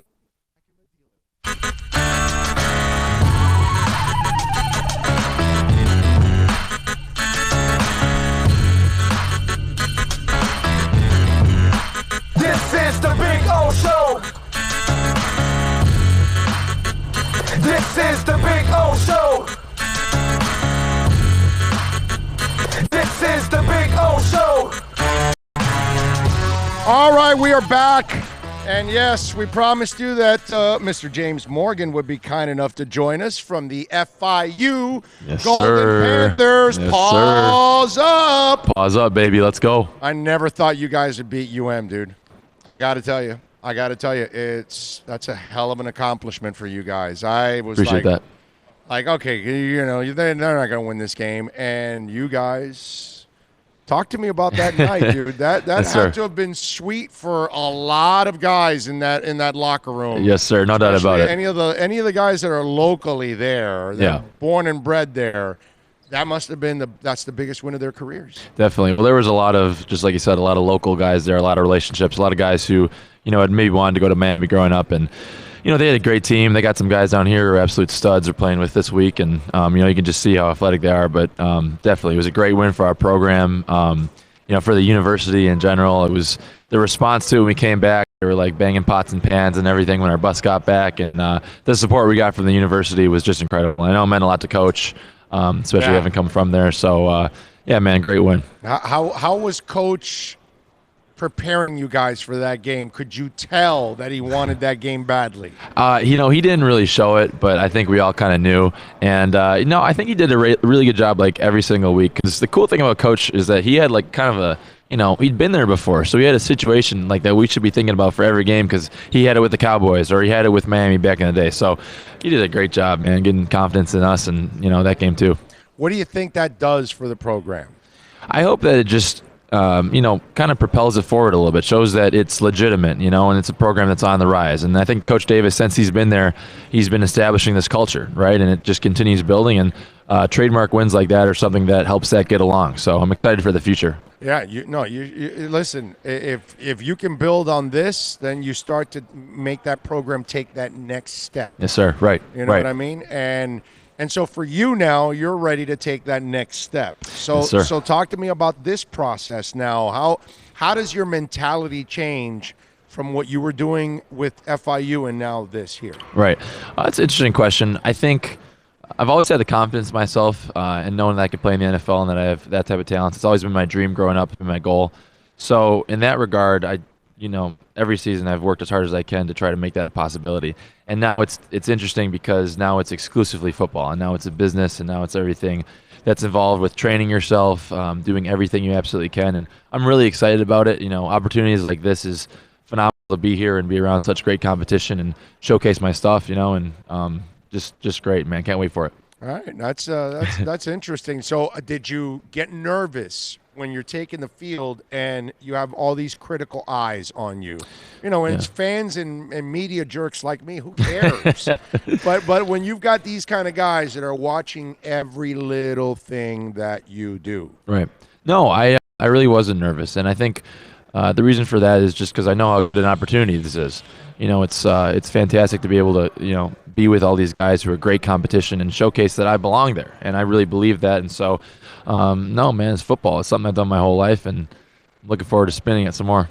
I got to tell you something. One of the things that I thought was really cool on your part, I'm watching practice today, Yes, sir. and you please, Big O or or anything. No, right. sir. You got it, Big O. Yes. Yeah. I was gonna say it again. I'm old, man. I know. Okay, so one of the things that I loved that I watched about you was there was a moment when you guys were doing your team drills, and you went to the right side to explain something to one of your guys. Right. And you guys just got together on Monday. Right. You barely know these guys.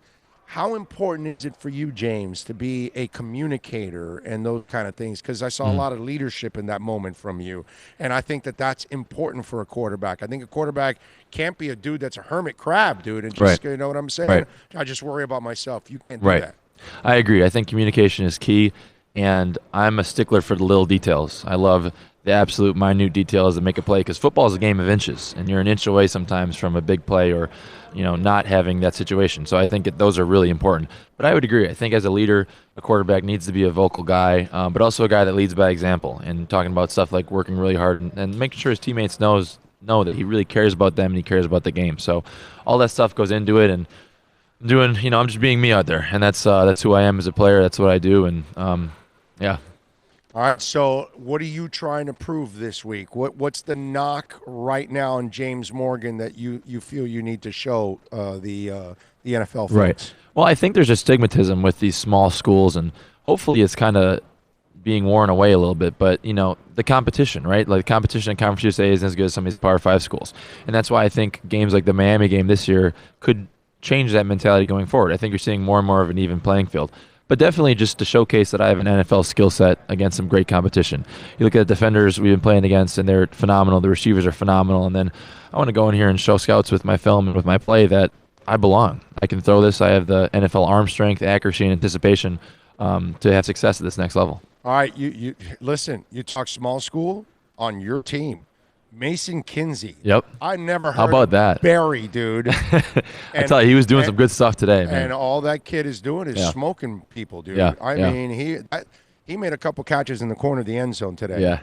And I'm like, who the hell is this kid? And Barry, I mean, I know Barry University in our backyard. Yeah, right. But That's what I thought. Barry, I'm like, where the hell is Barry? Yeah. What the heck? And I'm looking at him going, man, this kid's showing some people out there. So you want small school and showing people up there. Right. Well, that's the cool thing about this game is that it's all, the school stuff aside, it's all a 53-yard field. It's a 100-yard field by 53. It's the same playing field, and you just go here and you show your stuff. And that's the really cool thing about it is you have the opportunity to do that, and I think that's great for guys like that who have the opportunity and are going out and making the most of it. Aaron Parker's another kid that I like, man. I'm from Rhode Island. I don't watch Rhode Island football, dude. Yeah. Small school, right, you know what I mean? But I'm watching making him. plays. I really like the guard. Yeah. I'm for sure. a big fan of the guard. I'd like to see him in a Dolphin uniform. Okay. Yep. Yeah. Yeah. Nice. I think he's. I think he's a player who's going to. We got some impressive linemen out there. That's for sure. I like the guy from Michigan too. Yeah. The offensive. He's been playing well. Guard. Yeah. I think he's for a sure. guy that. Now for you. Yeah. And I'm not a BSer, so sure. I talk to a lot of NFL teams. The one question that I will say they talk about is your arm strength. Okay. What do you tell them that, and what are you trying to show out there when it comes to arm strength? So they are saying that I don't necessarily have the arm strength? Yeah, the strong arm. You don't have sure.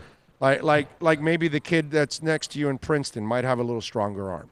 Interesting. That's not my belief, and if you want to look at my film, I think that would showcase that, but I'm always working on stuff like that. Always working on core strength. Always working on, being the most efficient with my throwing form and stuff like that. So I really, I honestly, you make all the throws out there. Appreciate that. Yeah. You know what I'm saying? Yeah. So I've watched you. You can make all the throws, but that's what Sure. That's what the small school thing is. Sure. And I go, okay, well, I got to see his arm.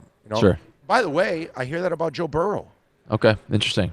Yeah. They still want to see him throw that 20-yard out that he can throw with some mustard on it. Right. Because obviously in the next league, I always joke around that in college you guys have sliding glass door windows. Sure. In the NFL, it's a bathroom window. Yeah, that's for sure. That's because you tell me, because you play the position, Yeah. I don't. I'm just a big mouth behind the mic. But you're two different kind of quarterbacks. You either can do what Cam Newton can do, and you can Right. wait for the receiver to throw the break and just fire it because you got a Right. rifle. Right. Or you got to be Drew Brees, that you don't have the rifle, so you have to be Right. an anticipatory thrower, Right. and you're throwing to a spot. So I think they're trying to figure out, are you the anticipatory thrower, or are you the guy that has the gun Yes, that sir. can throw it on the break? Well, I think for me and as a quarterback, Am really, I off on that assessment, by the way? Personally, I would say so, but I appreciate the fact not that your you. assessment. I'm Yeah. telling you on the difference of the quarterback. Oh yeah, 100%. No, Right, I think, and that's probably the biggest thing, right? Is the windows are so much shorter. Like you said, you need to throw that when he's about to break down, so that it gets to him when he's open. Because if you just throw it when he's open, that window is going to be shut by the time you get there. Yes. 100% agree with that. Personally, I really believe I can make every throw on the field. I really do, and I'd never have felt like an arm strength has been an issue for me. But I do think that even with that, you need to still have the anticipation, right? And that's something that I tried to work on throughout the game, because touch is all about anticipation. 100%, yes, 100%. And it's all about, like sometimes you might be able to, because personally, right? Sometimes I feel like I have a big arm. I might be able to make some throws, but can I make them sooner? Can I make them right when he's open and not like make it a tighter window? And I think that's something that as my game has got on, has evolved a little bit. So let me ask you, how's the quarterback room? Because Yeah. I see you guys are very complimentary, but there's got to be some kind of at least fun competition. Oh, for sure. I think we're all competitors, but it's awesome to be around those guys. There's two great guys, Kevin Davidson and Tommy Stevens. Those guys are hard workers. I had them both on. They were both okay, so they're both cool. Oh, for sure. No, and it's great, man. It's great. We're all helping each other out, building each other. But we're competitors. It's the nature of the position, and it's really fun to go and sling it with those guys, and obviously wish them the best of success. Yeah, Tommy likes rock, so we really hit it off. Okay. So what kind of music you listen to? Oh, I listen to all different types. Okay. I'm not. I turned him on yesterday to Greta Van Fleet. He had never heard Greta Van Fleet. Okay. Because he came in with a Nirvana shirt. So Yeah.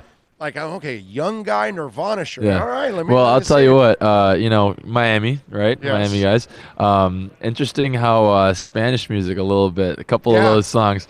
My girlfriend speaks Spanish, so she's kind of translating them for me, and I'm starting. Okay, like. What, kinda like what this a little bit. nationality is your girlfriend? Okay, so she's half Cuban. Oh, Yeah, really? Yeah. Okay. All right. Yeah, That's but my she's- parents are Cuban. I'm, Okay, yeah. Born here, but I was. Yeah, I was right. actually born in Belglade, Florida. Okay. How about that? How about Right that? there, northwestern Palm Beach. Okay. Yeah, I'm a freak, dude. I'm a real Floridian. I mean, How about that? Yes, how sir. many people can actually say they're real Floridians? I mean, Yeah. everybody else. I call our area of the country in South Florida the sixth borough because we're full of New Yorkers. Yeah. I mean, they Oh, my goodness. they all wuss out from the freezing and then they come down there Exactly. and retire. Well, you talk about a guy like me from the Midwest, Yeah, see? and now you come to South Florida, But you're completely ends the smart. spectrum. You're going, where am I going to go to college? Yeah. Miami. Come on, man. Exactly, man. It's interesting though. Real quick, it's and that's something I hope that scouts know about me is I can play up in the cold when it's freezing, and I can play down in the heat in Miami because had to get acclimated to that for sure. That humidity in the summer is no joke, especially that first camp. That was something I had to get through. But yeah, is a location-wise, otherwise, yes, sir, it's a good place. That is awesome. Let me ask you, James, what is the hardest thing? Because I'll give you an example. Yeah. We go to the park, right? And there's Yeah. 8 or 10 of us. And we want to play a game, 4 on Yeah. 4, 5 on 5. Usually there's only one dude that can throw the ball. Right? And we Yeah. all want to be on that side. Yeah. The other guy on the other team probably can't throw it too well. But the thing about throwing a football is either you have it or you don't. Right? And when you have it, you can play with people you've never played with and you'll figure out the depth perception and you will Yeah. hit them on target. What is that challenge when you take the field and now you're playing with a group of receivers you've never played before? Right. Because you've got to be that kid that everybody wants to be on the team because you're the only one that can actually throw. You know what I'm saying? Right. I think there's definitely a little bit of a learning curve just, getting around the guys and kind of feeling them out and stuff like that. But I think that's why reps and stuff like that are so crucial. You got to take every single rep like it's a deliberate rep, a game rep. So you get used to how they run it and how they come out of their break and how they do stuff like that. So it helps having a big arm and, being able to kind of, use those like anticipation things that we said before to kind of, locate when they're breaking and be able to throw it right before there so they come out with it. But I definitely think that's a rep thing. That's something that I think me and the receivers at FIU worked really hard in the summer to the point where it was almost like second nature where we would know where we were going without having to say anything at all. And that was what's really cool. And I think that's what you're looking for with a relationship quarterback receiver. Yeah, the first day, I always tell people when this is my 21st year of coming to the East West, and I'll be next week at the senior, but I always tell folks that after the first day, I don't go crazy because it's the first day. All these guys haven't played with each other. It's just not fair. Right. Second, third days, pressure starts to build, and you got to start producing. You got to start figuring it out, that kind of stuff. Right. All right, so James Morgan, by the way, from FIU joining us. Tell me how... Because the quarterback, I think, more than any other position, gets tested in these meetings. Oh, yeah. So how have they challenged you? Give me an example. There's been some really cool stuff. So a lot of the people have, draw up a play, describe it, go in as much detail as possible. And that's something quarterback you have to excel at. Now, some of the new era technology that a couple of teams have introduced in this process have been really interesting. You get like a tablet and it flashes for like not even a split portion of a second, like literally there and gone. And it says what coverage is this, and you have to do that so many times. Then you get the same look a little bit slower, but still same type of thing. Like flashes for a second, boom, and it's gone. So it's been definitely interesting to see kind of some of they're testing your memory. Mental, yeah, 100%, right. And that's a good point too. There's a couple other, so you got the memory ones, and then there's a couple other like personality tests, rate which is most important to you, and it's 2 good traits. Like confidence, loyalty, or something like that, and you got to pick between the 2. So it's very interesting, kind of how they, mentally with the memory and with the personality, kind of gauge you as a player. I'll give you an example: Carson Wentz and Jared Goff. Okay. I got a coach that was in one of the coaching staffs that interviewed both quarterbacks. Yes, sir. And Big O. Yeah, I know. And so he told me the story, right, where the offensive coordinator, the quarterback's coach, the offensive line coach, all met with him, and then they put him in different scenarios, and he had to describe the coverages, what he would have to do, align the protections, all that stuff, right? And then and he had to. They had chairs, and he had to then set everything up, right? Yeah. So they walked him through all of that, right? Quickly answering those questions, right? Then after they asked him a test on all of that stuff, Carson Wentz has a photographic type memory. Yeah. He remembered it all. Wow. Jared Goff couldn't remember half of it. Yeah, it's interesting. One more thing to add on to this. The other test that we've been administered here at the at the place, not by NFL people, has been like this test that measures how you learn. So it's very interesting to see you got all these different types of tasks, and different guys will come back and say, this is really challenging for me, or this one's really challenging for me. And then you think, oh, I thought that was pretty easy, but I thought that one was tough. And he's saying it's easy. So guys learn in very different ways, but quarterback especially, you're going to get all types of stuff thrown at you with that. Yeah, for sure. No doubt about that, man. Yeah. James Morgan from FIU. James, hey, man, wish you the best, my brother. Appreciate that. Yeah, thank you. Keep slinging it. Keep doing it, man, and hope your dream comes alive, man. No doubt. Appreciate it. Big O. Thank you. There you go, James. Thanks, man. All right, my man. Let's take a quick break. We'll come back in 1 minute, right? We got another guest? Is that what we're doing? What do we got? We have Shaheem Carter from Alabama. Yes. Okay, the kid we've been watching all week. Yes. All right, we're going to talk to Shaheem in just a second. Back in 1 minute.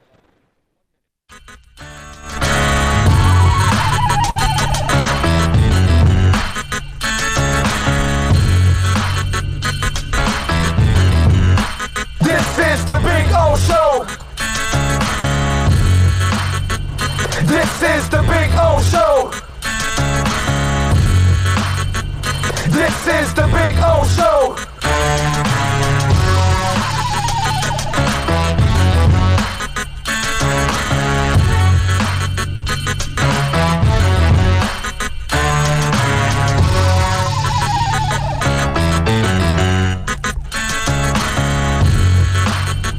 This is the Big O Show. This is the Big O Show.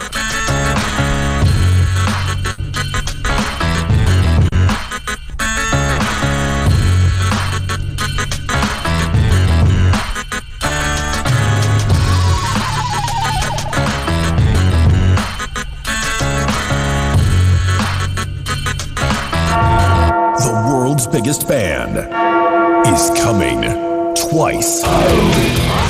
Metallica. Headlining the Welcome to Rockville Music Festival.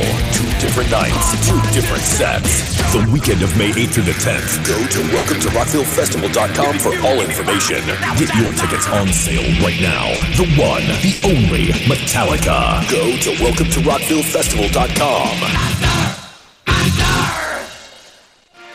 Thinking about buying or refinancing a home? Act now. Home values are ticking up. Don't put off making a move any longer. Call Michael Kodsey now at Choice Mortgage Bank, 561-441-2730, while mortgage interest rates are still at historical lows. Call now to get pre-approved and buy your dream home. If you're currently paying over $800 a month for rent, call 561-441-2730 now before interest rates go up. Down payments as low as 3.5%. Veterans may qualify for no money down. If you own a home, but you're upside down, Michael Kodsey can help. If you're being denied by your bank or your loan process is taking too long, call 561-441-2730. Act now while fixed rates are still under 3.5%. Offices in Boca and Boynton Beach. Rates and terms subject to change daily without notice. Equal housing lender. NMLS 122081.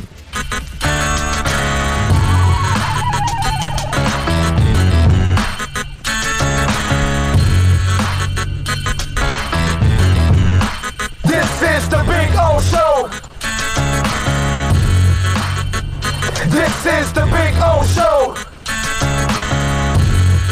All right, we are ready. Shaheem Carter is kind enough to join us now from Alabama. Safety for Alabama. You know the Dolphins need a safety.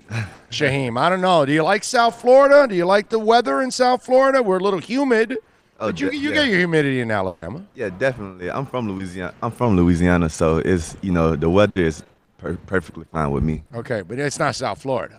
It's not South Florida weather. No. We're in a peninsula, baby. We're surrounded by water. It's just like in South Florida, Shaheem. Just in case, let me just warn you ahead of time. So if you do become a Miami Dolphin, okay, you will take a shower, you will get dressed, you will look sharp as hell.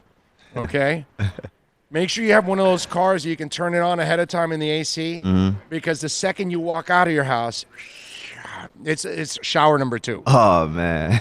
Humidity will eat you up alive, man. I mean, that's nothing new, though. Alabama's like that. Louisiana's like that, so I'm pretty used to it. You're right. Louisiana is like that, too. You're right. It does get sticky. Atlanta. Yeah, Atlanta. Atlanta gets nasty, bro.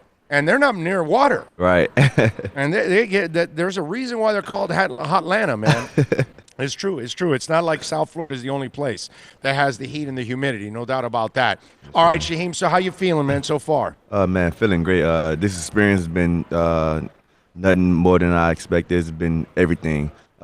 Great group of guys here on the East team. That's the team I'm on. So great group of guys there. Funny guys, actually. It's been a blast having them down here and just, building a bond that players from different colleges come together and, just have fun and play the game that they all love. So what are you trying to prove to folks out here? Just by being the best player that I can be, control what I can control, and, just by becoming a better person every day on the field.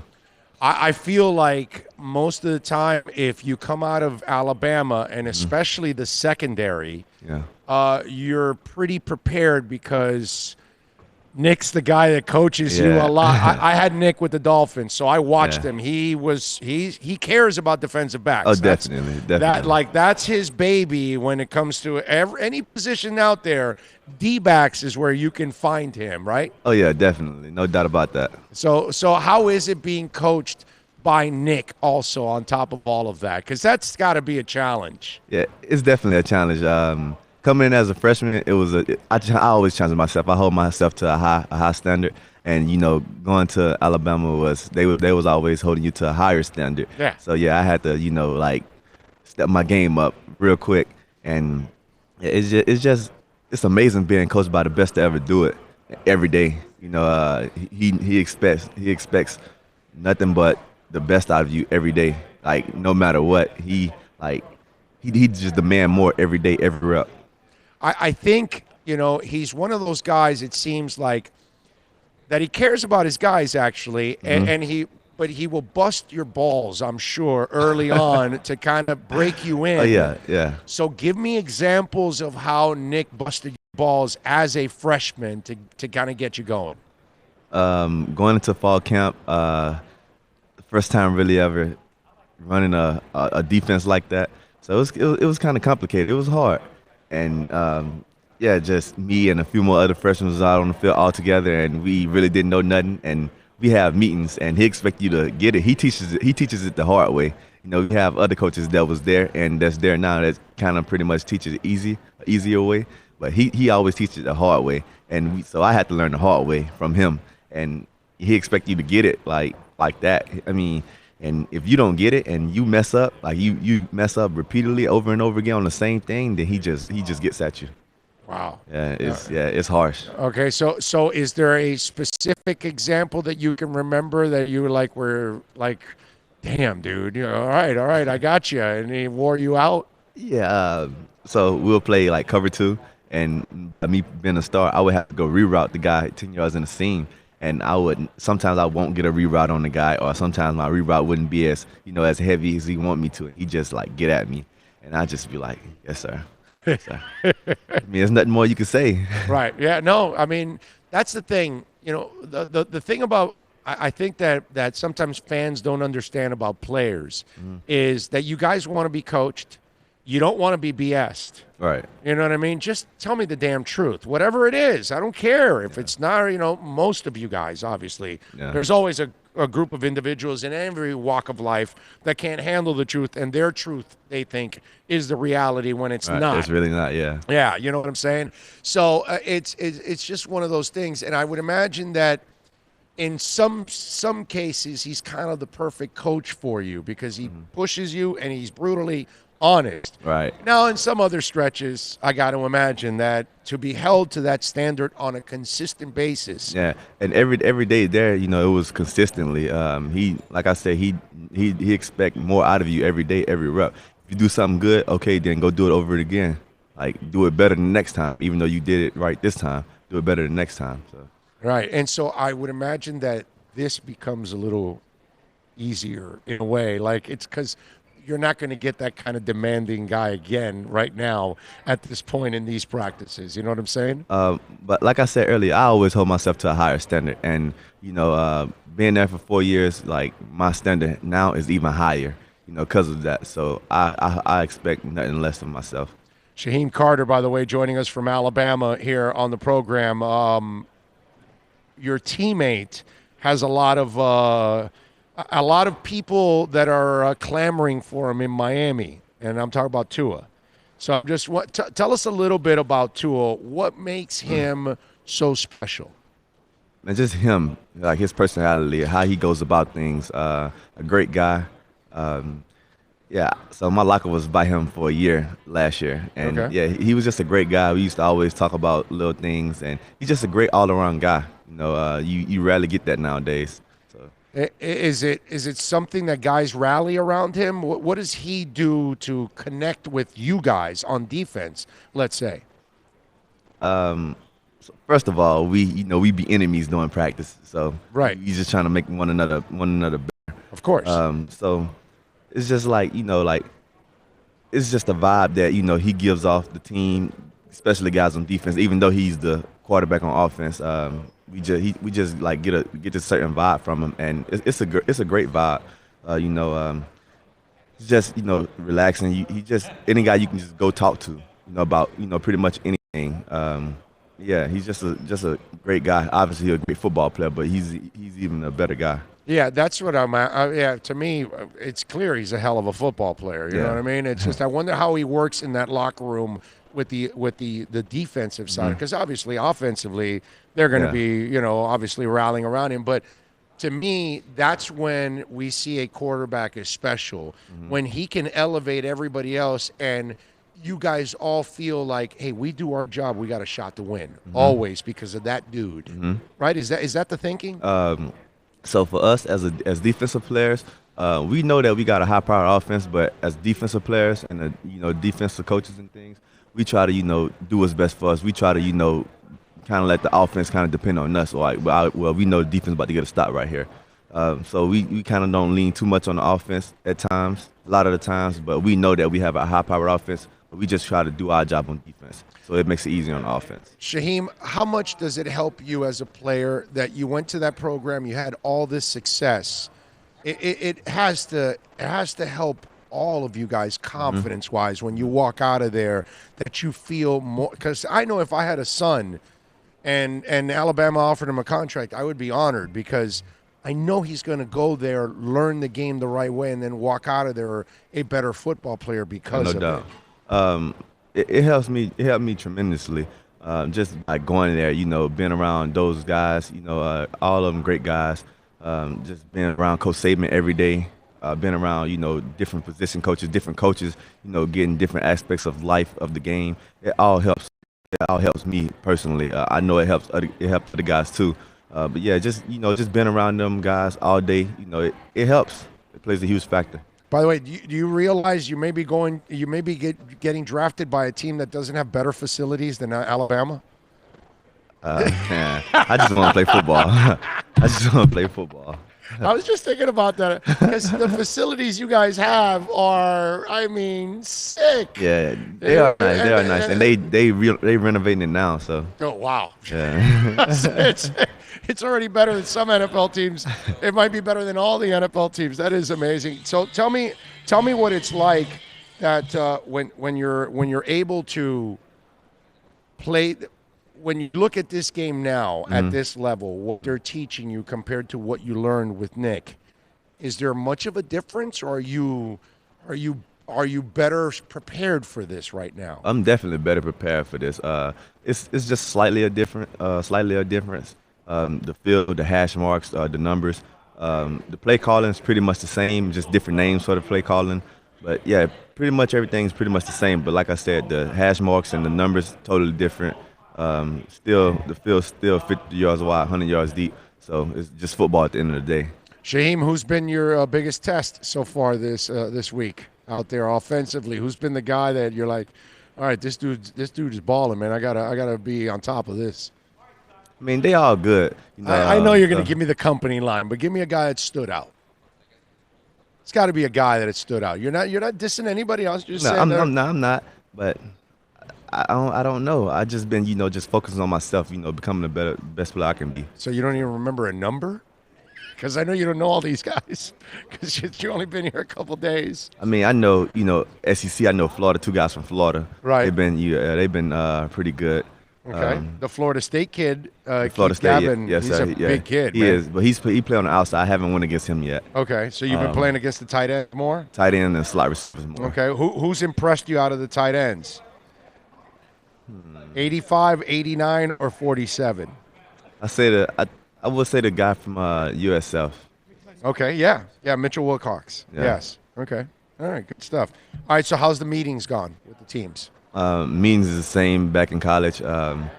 Long meetings, so I just be trying to stay focused on long meetings like that. I'm talking with the NFL teams. With that. Everything's been going great. Yeah? I actually kind of love it. First time, obviously, but some guys kind of get bored with the meetings and things. The process. Yeah, with the process. And I just kind of embrace it. I actually like it. I actually like sitting down and talking football or giving my background on life. So. Yeah, I was just explaining to my boy here because he didn't. A lot of people don't realize this. Mm-hmm. Maybe you don't realize this. Mm-hmm. Do you realize that what you're doing to get a job, nobody else does? Let me explain. I go get a job. I sit down. I do an interview. I may be brought back for a second interview. They either hire me or they don't after the first interview. The second interview, just to follow up, and I get the job. You're 4 months, bro. You're working out. You're at the East-West. You got pro days. You got combines. You got meetings. You got personal workouts. It's a 4-month interview process. Yeah. With not one employer, 32. And it's all of them interviewing you and asking you the same questions over and over again. And then you go to the combine and they're poking and prodding you like cattle to figure out all the parts of your body if they're all in place. Nobody does this to get a job. Right. Think about that. I haven't thought about it like Exactly. that. Yeah, I haven't thought about it like most that. players that I even tell them that, they're like, yeah, man, wow. And most people don't even realize it, because I was explaining to him that yesterday, because he goes, he's tired of what we've done the last couple of weeks. And we had a player in the elevator, and he goes, yeah, man, I bet you can't wait for this process to be over this week. And then when he leaves, I go, do you realize that process isn't over for that man for 4 more months? Right. You know what I mean? Yeah, and then you got to go through the 3 days of hell of the draft. Right. The pressure of when am I going to get picked, and you're sitting there, and the anxiety. Nobody does this, dude. Nobody does this. It's the most long and enduring process I've ever seen for somebody to get a job. Yeah, it's definitely long, but like I said, I haven't thought about it like that. Well, you shouldn't, because you're doing what you love. Right. Now, I put up for 30 years with stupid program directors that have no idea what they're doing, and it's because I love this business, so I stay in it. So I've dealt with all kinds of idiots in 30 years, and it is what it is. What are you going to do? But I love to do what I do. That pretty much is what it is. Shaheem, thank you for taking some time, man. We really appreciate you, man. Thank you, and wish you the best down the line. No problem. Thank you for having me. You got it. All right, let's take a quick break. Shaheem Carter from Alabama, back with more right here on The Big O Show. Plus tax, tech title. It includes $8.99 dealer fee on approved credit offers and 11/10/19. Over 1,500 Toyotas are on the ground, and truckloads of new 2020 Toyotas just keep on coming. To eliminate all 2019 models, Toyota of Hollywood is holding the ultimate 2019 model year changeover event. Make us an offer, any offer, and you can buy a Toyota at up to 50% less than their original MSRP when new and used. 50% less. A pre-owned 2019 RAV4, not $30,000, $19,775. A pre-owned 2019 Camry LE, not $26,000, $17,775. A pre-owned 2019 Corolla LE, not $22,000, $12,775. Pay up to 50% less. Toyota of Hollywood, the #1 volume Toyota dealer, based on total retail sales of new Toyotas in the Southeast region for 2014 to 2018 per SET, on 441 between Hollywood Boulevard and Sheridan Street. Open till midnight.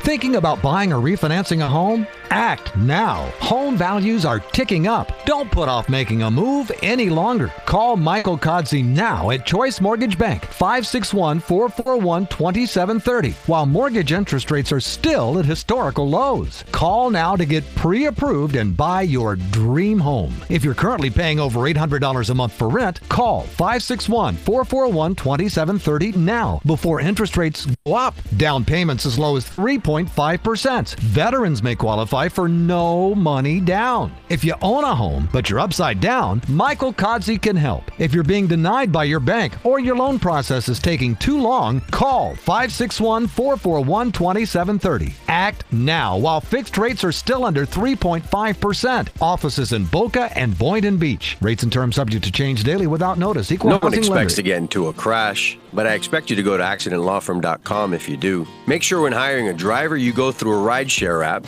so that you can be covered by the insurance, which can be up to $1 million whether you're a passenger or a driver. In other words, don't try to save a few bucks by paying cash instead of going through the app. I'm attorney Bobby Nunez from Nunez Law in Miami, and we're here to help you through the process. Go to accidentlawfirm.com for a free consultation from me, Bobby Nunez. That's accidentlawfirm.com. America's safest and best-selling compact luxury SUV is at Acura of Pembroke Pines, and this is how we do it. RDX, $339 a month at Acura of Pembroke Pines, #1 volume Acura dealer. The world's biggest band is coming twice. Metallica. Headlining the Welcome to Rockville Music Festival. 2 different nights, 2 different sets. The weekend of May 8th through the 10th. Go to welcometorockvillefestival.com for all information. Get your tickets on sale right now. The one, the only Metallica. Go to welcometorockvillefestival.com.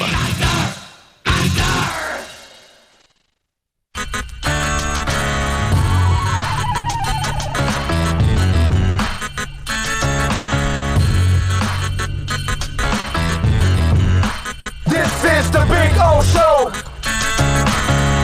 Myron says, I want that guy on my This is the team. Big O Show.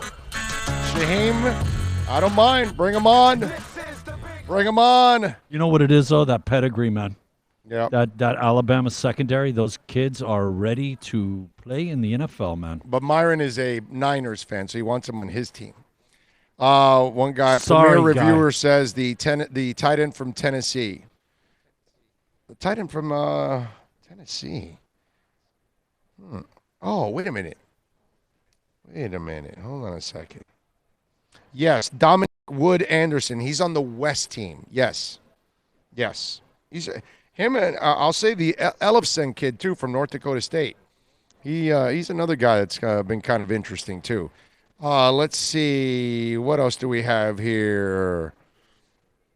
Premier Reviewer. Damn, I missed the last interview. Did O ask him about the win over Miami? I did. You can go back and listen to the podcast. It'll be up soon. And you can catch James Morgan, who was excellent, man. James Morgan was excellent. Daryl Johnson was excellent. No, Daryl Williams, was excellent. And Shaheem Carter, also very good. So we've had a couple of really good interviews here on the show. I don't know if we're going to get more here after 2 o'clock. I know, well, we won't get the West guys because obviously they've got to go out to the West practice. We'll try to get some of the East guys if we can. Since they're still hanging around here at the hotel. If you want to get in on the accidentlawfirm.com text line, you can do it at 786-322-1105. That's 786-322-1105. And don't forget, the program is brought to you by Craig Zins, Acura of Pembroke Pines. And they got some great lease features right now. 2020 models. The ILX is $209. The TLX is $239. RDX $339. MDX $349. Only $29.99 do it signing, plus tax tag and registration. And tell them that Big O sent you. And trust me, I promise you, they will take care of you at Craig Zins, Acura of Pembroke Pines. There you go. It's a beautiful thing. So Antonio Gates retires from football. 16 years, 955 catches, 116 touchdowns. Next stop is Canton, right? I would imagine. A guy that didn't play college ball, was a basketball player, and then just switched over to football and just went on to have a Hall of Fame career.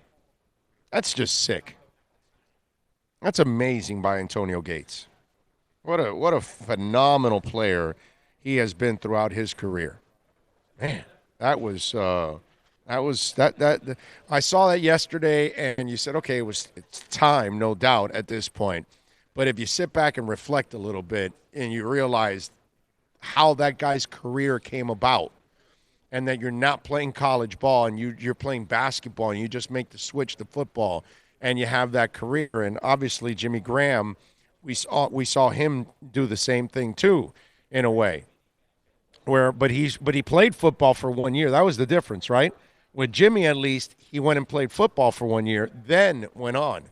This guy didn't play football, which is it's pretty amazing. And just to not only that you're a Hall of Fame player. It doesn't get any more impressive than that. You didn't work at your craft all the way through that. You were developing into that. You were playing a completely different sport, and then you chose to go to football. I tell you, that is amazing. But congratulations to Antonio Gates on one hell of a season, man. Just an absolutely phenomenal season. Yes. Can you imagine being people like Dave Winfield, got drafted in 3 sports? Yeah. Mm-hmm. Talk about a beast. That's no doubt incredible. Yeah. I mean, to be that, because I mean, like, you're good enough in once, and some love this, but they're better at that, and they got to, you know what I mean? Sure. To get drafted in 3, like, that's crazy. Yeah. No, you're right about that. Nico, great interview. Thank you, sir. Let's see, what else do we have? Good camera work, Bill. Hey, Big O, heat on tonight. Love that they signed Chris Silva to an NBA contract. What do you think? See you Saturday. Hail Fins Nation. What are we doing Saturday? All right, where is he seeing me Saturday? What am I doing Saturday? Where am I seeing? Why am I? Where are you Saturday, seeing me? we don't have anything to make up. No, we're. What am I doing Saturday? Can I say Drubo? this? You, I think, are doing Sirius. Yeah, but that's during the day. I'm doing Sirius. I'm on Mad Dog Channel on Saturday, 3 to 7. But shortly thereafter, we're headed to Mobile. Well, no, actually, no. Saturday night, I am busy. Right? What are you doing? Queensryche. Oh, at The Culture Room. At the Culture Room. Oh, Yeah. man, are you guys are going to get to meet him and stuff. You're not going to go? It's not Oh. sold out. It's a $30 ticket, bro. Go see Queensryche. All right. And- Yeah. and, you know uh, what? We haven't been to a concert in, 2 months, 3 Yeah. months? Like, talking about going through withdrawals. Yeah, dude. Yeah. Yeah. Oh, we'll go to one on Monday, too. Oh, you know what? We're going to see Steve the British Harris. Lion. Yes. We're going to see Steve Harris and the British Lion in Pensacola. Pensacola. Lakeisha Smith is chiming in. Good afternoon, everyone. There we go. We like it. Lakeisha chiming in as always. As always, Yes. man. As always. Always appreciate that. Alex Cora did get fired, by the way, by the Red Sox. And I got to tell you, I got no problem with it. They should fire everybody that was involved in that cheating scandal in baseball. That's all. I got to think that he's going to get hammered the hardest by the MLB because he's involved in both. Right, but you saw how they just like mutually parted ways. Like Alex put out a whole thing, apologizing and He's really didn't want to like- be a he's- distraction he's and all like- that stuff. Everybody that's talked about it likes Alex. Yes. They do. Yeah. Well, I'm sure he's likable. And he did a decent job on TV when he was doing it, Mhm. that brief period. Yeah. I've got to think that with this and obviously being associated with both instances, Mhm. that, like we were talking about on the way, man, as a TV being in the studio, do you even want that guy there? Maybe down the road, but he ain't gonna have a job, right? In baseball. Oh no, he's done. He's done because it's too much of a distraction. If you bring him on, then you're gonna have people all talking about, "Well, are you guys gonna cheat or whatever?" So he's done. He's done. He's not gonna get a chance. AJ Hinch, the GM, maybe gets a chance because he's not part of it. He just didn't do anything about it. So maybe he gets a break there. Maybe, because then some people might say, "Are you going to hire a cheater?" You know what I mean? Usually your reputation precedes you. Yep. And Yep. it always does. Now, Dougie Fresh says, "Big O, just joining in. Pensacola is waiting for you. Be there on Monday, my brother. We'll be there Monday. We'll be at. We'll pull into Mobile on Monday, and then we'll shoot over to Pensacola to see the British Lion. Yes. That is going to be so cool to be in that little intimate atmosphere.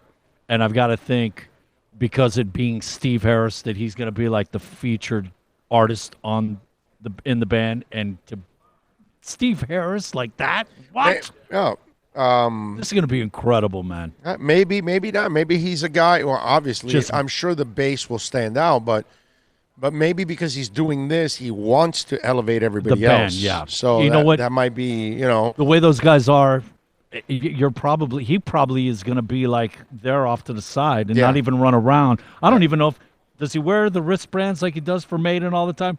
I'm sure Is he that does. a standard? I'm sure he does. Yeah. Yeah. There's no doubt. No doubt. Myron says Carlos Beltran needs to be gone. What do you think in his part of? Yeah, I got no problem with that too. Every player, every ex-player like that's involved, manager, whatever, get him out. Got no problem with it. I mean, you altered the game. That's an enormous advantage that they have. So yeah, no. I've got no problem with that. I can't believe that they actually went down the hall, went to the filming room to check this out. Yeah. No, Are that's, you kidding me? You are going to Man. You're going to some extremes to cheat. That's just the way it is. That's what you're doing. You're doing every extreme to make sure you get a competitive advantage over your opponent. The Red Sox, the Patriots. It's a Boston thing. It's man. a Boston thing. You wouldn't understand. What can I tell you? 786-322-1105. By the way, did you see that the Hollywood Police Athletic League has now severed ties with Antonio Brown? I did read that article. Okay, now, is it just me or I started laughing when I read that? So here's what I'd like to ask the Hollywood Police Athletic League, okay? I got nothing against you guys. I'm very pro-police, as anybody that's ever heard this show, obviously. But how the hell did it take you guys this long to sever ties with Antonio Brown? I knew you were going to say that. Seriously, like how many violations did you need? How many more women did he need to assault? How many more people does he need to rip off? How many more times does he have to embarrass himself and act like a complete moron? I mean, you know what it reminds me of? It reminds me of Tiger Woods cheating on his wife, Ellen, and they went to like therapy, and they asked him to name the names, right? He started naming names, It's like 100 names. Then he got to the neighbor. She had no idea that Tiger was banging the neighbor. And when Elin found out that Tiger not banged 100, but 101, the neighbor, that's it. That's when she drew the line in the sand and said, the first 99 wasn't a problem, but now that you're banging our neighbor, no, I got to get out of here. I got to get out of this. And that's it. So she checked out. So the Hollywood Police Athletic League, okay, I got to read it to him, make sure I get it right. They waited till the video on Monday to officially sever ties with Antonio Brown. So you're telling me the NFL severed ties before the police? That's a hell of an analogy, man. I'm just saying. Really? So you were accepting his money and all this that they were. What was it that they? It's a funny story. I gotta let me pull it up here for you guys, because this is one where you just it's hard to actually even believe it at times. Okay, and listen. Again, I don't want to be anti-police department here. It's not the police league. It's not the police department. It's the police league here. But I just found it funny. Here's the story. A Florida police department has cut ties with former NFL star Antonio Brown after the wide receiver's outburst at officers outside his home on Monday, which was live streamed on social media. It was the third domestic incident involving Brown in the last 3 months. So the first one wasn't good enough for Hollywood police. Not the second one. We needed the third one that was actually insulting the police. So they were only insulting women. You wouldn't have pulled away, Hollywood police? Anyway. So it says Hollywood police said in a statement Monday, according to CBS Miami, the latest incident, which included a profanity-laced tirade aimed at officers, was the last straw, and police told Brown he was no longer welcome as a donor and volunteer for the Police Athletic League. Police returned the unemployed wide receiver's donation. We made the decision to sever ties between Mr. Brown and the Hollywood Police Athletic League. Police Information Officer Christian Latta said in a statement, "We did not want our youth to be subject to this type of behavior, nor emulate the actions of Mr. Brown." Later said that Brown used profanity in front of his children. Police said Brown's donation to the 7-on-7 League was returned on January 9th. These incidents have caused irreparable rift between the police department and Powell and Mr. Brown. And Mr. Brown was also given a trespass warning because of the department did not want him to continue to affect our youth nor influence them in any negative way. Really? Now? Now's when you draw the line in the sand? Now's when it wasn't good enough for you? Wow. Oh. I killed the NFL a couple of weeks ago and the Saints when they worked him out, because I thought it was insulting that he was even available for a workout, where the commissioner should have put him on the ban list right away. He is being investigated for multiple sexual assaults. Not one, not two. Are we going to go LeBron here? Come on. What are you doing?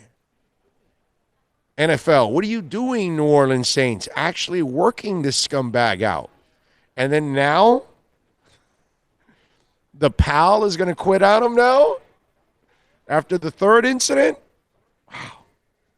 You know, you're absolutely right, and it is ridiculous it took them this long. The only thing is I'll just take the other side just to throw it.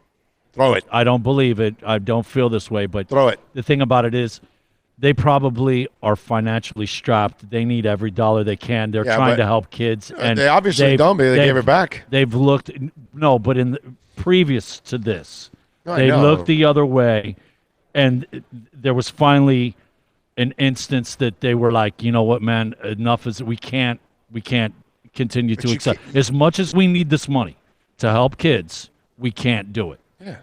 You know, it's tough. But you because ultimately you are trying to help kids. I get that. I get that. Right. But if you cannot accept money from a guy like this, and you certainly don't want him around kids. No. And the fact that you had to wait this long, I just find it wrong on every level. You should have parted ways from him months ago, dude. Yeah, come on. This is not a guy you want representing your community. This is not a guy you want around your kids. I mean, watch him talk to his son and then talk to the mother of his son. When you were playing that video, because you remember. Yeah. It was when we were walking in to Tropicana. It's disgusting. And, I mean, you had to stop playing it because of the N-words. language and it was just, and the F-bombs and it just overkill. And this guy really is. Oh, it's just as crazy as it gets. Oh, well, there's no doubt he's crazy. Yeah. And then the part, because he's rich, he feels he can get away with anything. And by the way, he's gotten away with a ton. Didn't he do commercials for Pizza Hut? Wasn't that one of his, when he does his little dance? I forgot, but can you you're imagine? Right. Can you imagine that you actually had this guy as the spokesman for your business? Like, you had to have seen this because it isn't like this guy, it's on and off. This guy is like this all the time. They had to have seen something. Well, it's kind of like these guys that have been arrested recently for sexual assault and all that, and they were in the entertainment business, and you almost feel entitled to a point when you are constantly getting away with it. You feel like, okay, I can do this, and nobody's going to do anything about it because of who I am, and that's the problem, and that's what you have with Antonio Brown because. Again, we are at fault in this society. We're the ones that do this to these guys because we let them get away with crap in high school, and then we let them get away with more crap in college, and then by the time they become pros, they think they are above it all, and they can get away with everything, and that's the case here. But man, you see this story, and it's like now's when you're giving up on them. Are you kidding me? Where does that make any sense?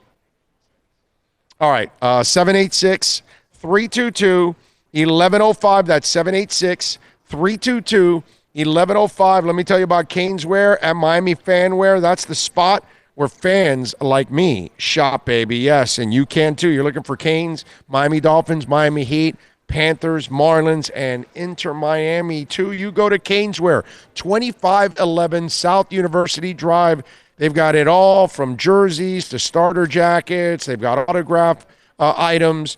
Check it out for yourself. Go online at caneswear.com. If you order over $99, you will get free shipping, baby. And follow them on Twitter at Canes_wear.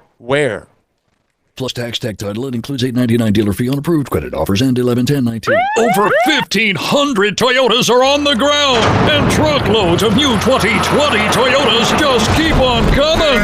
To eliminate all 2019 models, Toyota of Hollywood is holding the ultimate 2019 model year changeover event. Make us an offer, any offer, and you can buy a Toyota at up to 50% less than their original MSRP when new and used. 50% less. A pre-owned 2019 RAV4, not $30,000, $19,775. A pre-owned 2019 Camry LE, not $26,000, $17,775. A pre-owned 2019 Corolla LE, not $22,000, $12,775. Pay up to 50% less at Toyota of Hollywood, the #1 volume Toyota dealer, based on total retail sales of new Toyotas in the Southeast region for 2014 to 2018 per SET, on 441 between Hollywood Boulevard and Sheridan Street. Open till midnight. Thinking about buying or refinancing a home? Act now. Home values are ticking up. Don't put off making a move any longer. Call Michael Kodsey now at Choice Mortgage Bank, 561-441-2730, while mortgage interest rates are still at historical lows. Call now to get pre-approved and buy your dream home. If you're currently paying over $800 a month for rent, call 561-441-2730 now before interest rates go up. Down payments as low as 3.5%. Veterans may qualify for no money down. If you own a home, but you're upside down, Michael Kodsey can help. If you're being denied by your bank or your loan process is taking too long, call 561-441-2730. Act now while fixed rates are still under 3.5%. Offices in Boca and Boynton Beach. Rates and terms subject to change daily without notice. Equal housing lender. NMLS 122081. No one expects to get into a crash, but I expect you to go to accidentlawfirm.com if you do. Make sure when hiring a driver, you go through a rideshare app so that you can be covered by the insurance, which can be up to $1 million whether you're a passenger or a driver. In other words, don't try to save a few bucks by paying cash instead of going through the app. I'm attorney Bobby Nunez from Nunez Law in Miami, and we're here to help you through the process. Go to accidentlawfirm.com for a free consultation from me, Bobby Nunez. That's accidentlawfirm.com.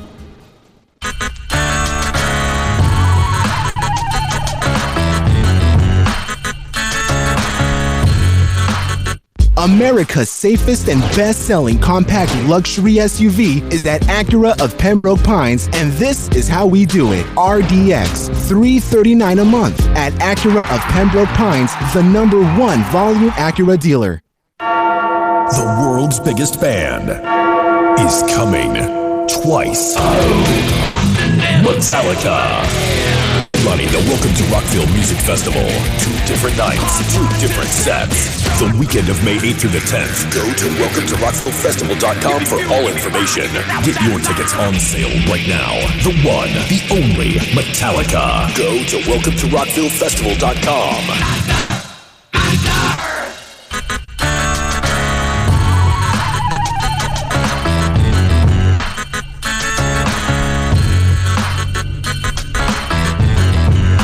This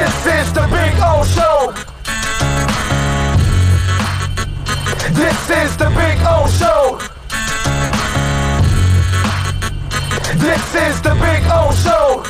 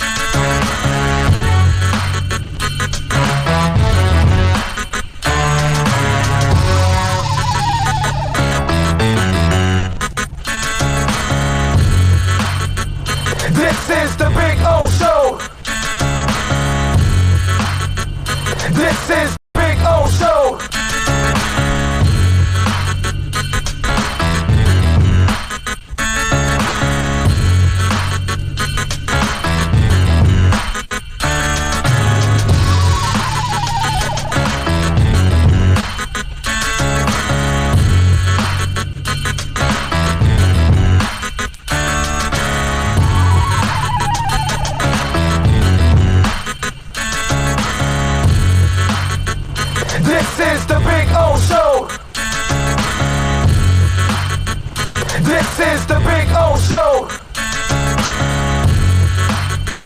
This is the Big O Show. This is the Big O Show.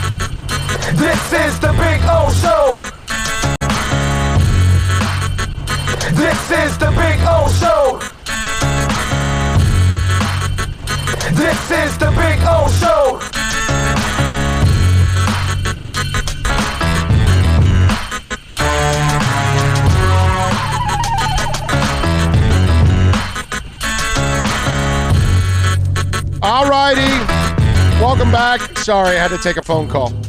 It wasn't really like a regular break. I was actually, I didn't even get to rest my voice. No, you're working during your break. Yeah, I was working.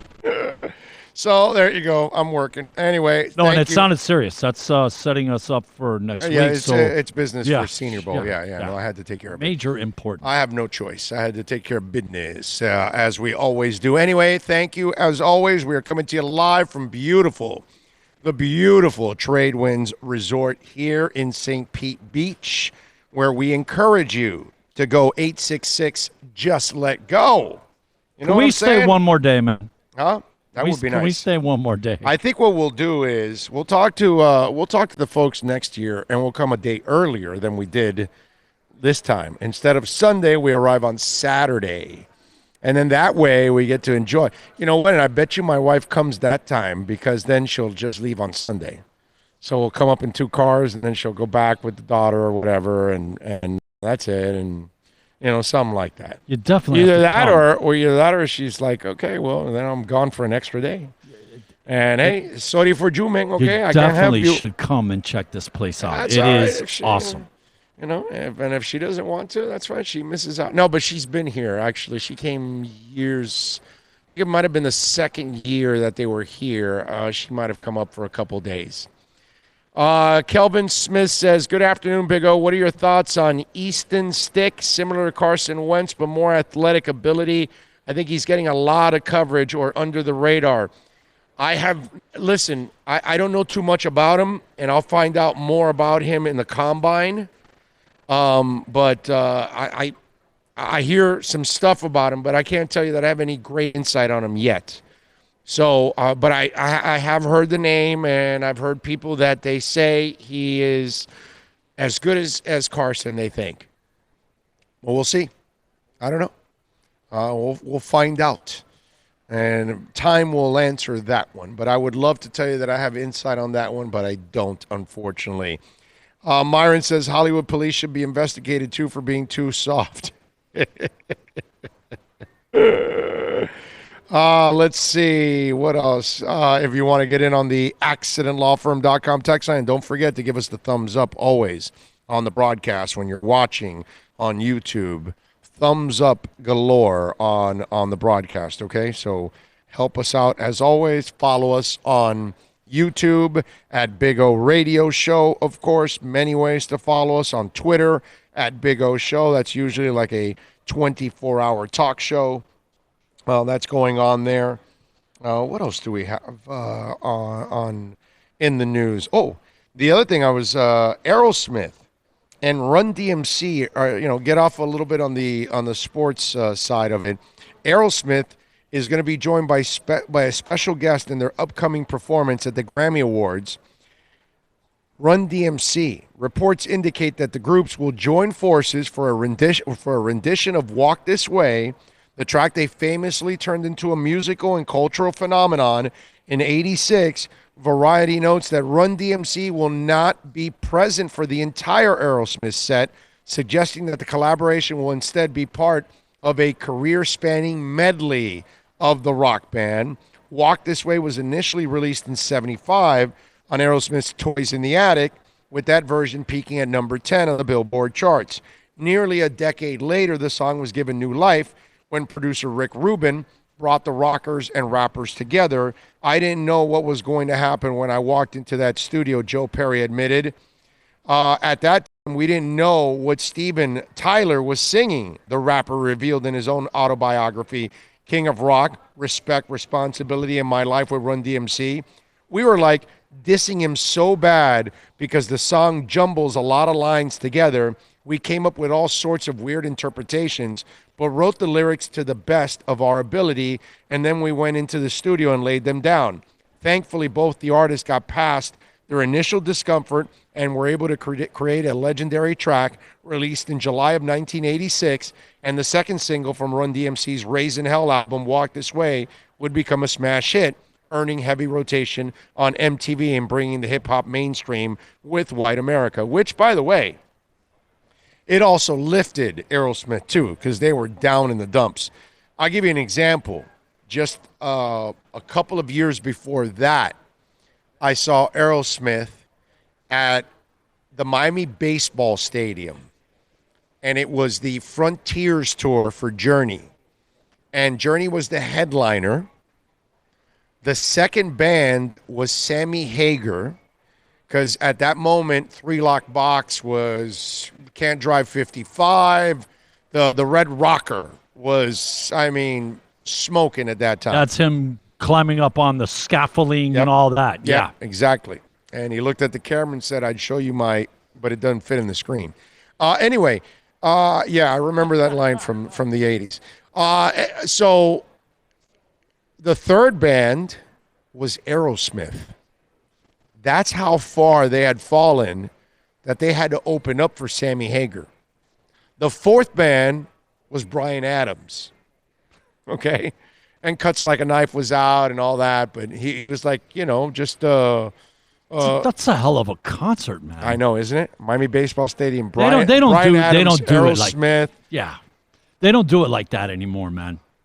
Yeah, they do. Not like that. 8, 9, and 10. Rockville. Oh, okay. You know what? You are correct. No, but that's not the same. That's come on, man. That's you're a music festival. Right. That's different. Yes. That's not a concert. But yeah, it's hard to find. The closest might be what we're about to see now that is coming out. Def Leppard, Motley Crue, Joan Jett, and Poison. My only thing, but they're not in their heyday. No, they're not. They're not. They're all past their heyday, actually, right now, except for Def Leppard. They still can do it. And Poison. Actually, he still sounds good. Do you know that besides Flea, we've talked about being Juilliard, CeCe DeVille was also Juilliard. Yeah, and CeCe also has a really interesting drum company because he creates drums. And so, yeah, he's a drum designer. Did you know that? Really smart. Obviously, you go to Juilliard, you know what I mean? Yeah. They're exceptional. Yeah. So there you go. A little nugget for you on that front. Anyway, So Aerosmith and Run DMC to perform at the Grammys. That's pretty cool. And Aerosmith had fallen so hard in those days.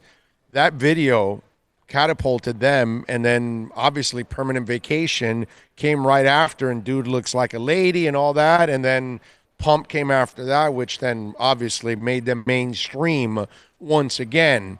But if it wasn't for Run DMC, I don't know what happens to Aerosmith. I don't know if they get that second life and all those other hits that they had after that. Because if you think about it, those albums after that, tons of hits, man. Tons of really popular songs. And Run DMC and Rick Rubin, they've got those guys to thank when it's all said and done. And, we read that story how neither one was, too, really looking forward to performing with the other, because they didn't know what the hell the other was doing, because back then it was so new and fresh. And then the fact of, you would think that you would be able to mold both of them together or meld both of them together. That's crazy that both can be tied together and sound good.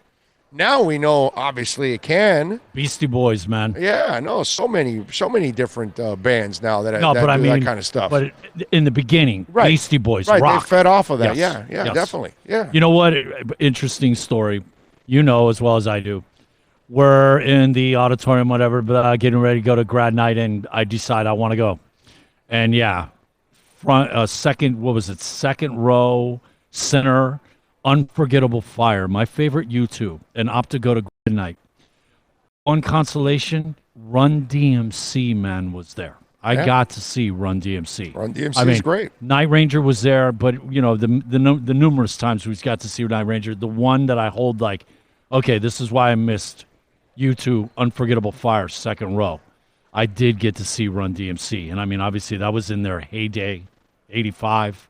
That was so awesome, man. Oh, no doubt. No doubt. If you want to get in on the accidentlawfirm.com text line, it's 786-322-1105. That's 786-322-1105. And, of course, it's all brought to you by VSS West Pines. Go to the website, vsswestpines.com. Go see Jose. Go see Jose 2.0. That's right. He's the dude. Nugs, Sasha, she's the responsible one. Alex, the GM, you can call him Frog too. That's his nickname. Just some great people out there, folks. And when it comes to CBD, they've got all your products from flower to tinctures to edibles. They've got women's face masks. I brought one home for my wife, and when she put it on, and it's only like 10 minutes that you put on the mask, she told me like her face felt like fresh again. And it felt fresh for a while. And so it's one of those things that you can get. They've got CBD topicals, Salve for pain, transdermal patches for inflammation, for pain, all kinds of stuff. From hookahs, you name it, they've got them from $19.99 and up. Go to vsswestpines.com. From dry herb vaporizers, cleaners for pipes. They've got exotic snacks, e-juice for vaporizers. They've got a huge selection of incense, air fresheners. You name it, they've got it for you. vsswestpines.com is the website. You can follow them on Instagram and Facebook at VSS West Pines, which is a beautiful thing. All right, we've got, let's see, what else do we got the point spreads right now for the games so far. Right now, San Francisco is favored by 7.5 against Green Bay. Over and under is 45. Kansas City favored by 7. Over and under is 52 in this one. How about that? So, right now, I got to tell you, the way I'm leaning, I got to be leaning right now with San Francisco and laying the 7.5. It's a little dangerous because the Packers have kind of been underestimated all season long and in the playoffs, and they have fooled all of us now, right? And they were able to even get the bye week, which is something that a lot of people didn't expect. And they were able to win this past week, which a lot of people didn't expect. And now they're going up against the defense that we all think is the best defense in the NFL. So a lot of us are expecting a loss. And The question is, will we get fooled again, as the Who used to say? I don't think we will, but I'm going to continue with that trend of. It's not that I don't believe in them. I just don't think that they're going to be great when it's all said and done.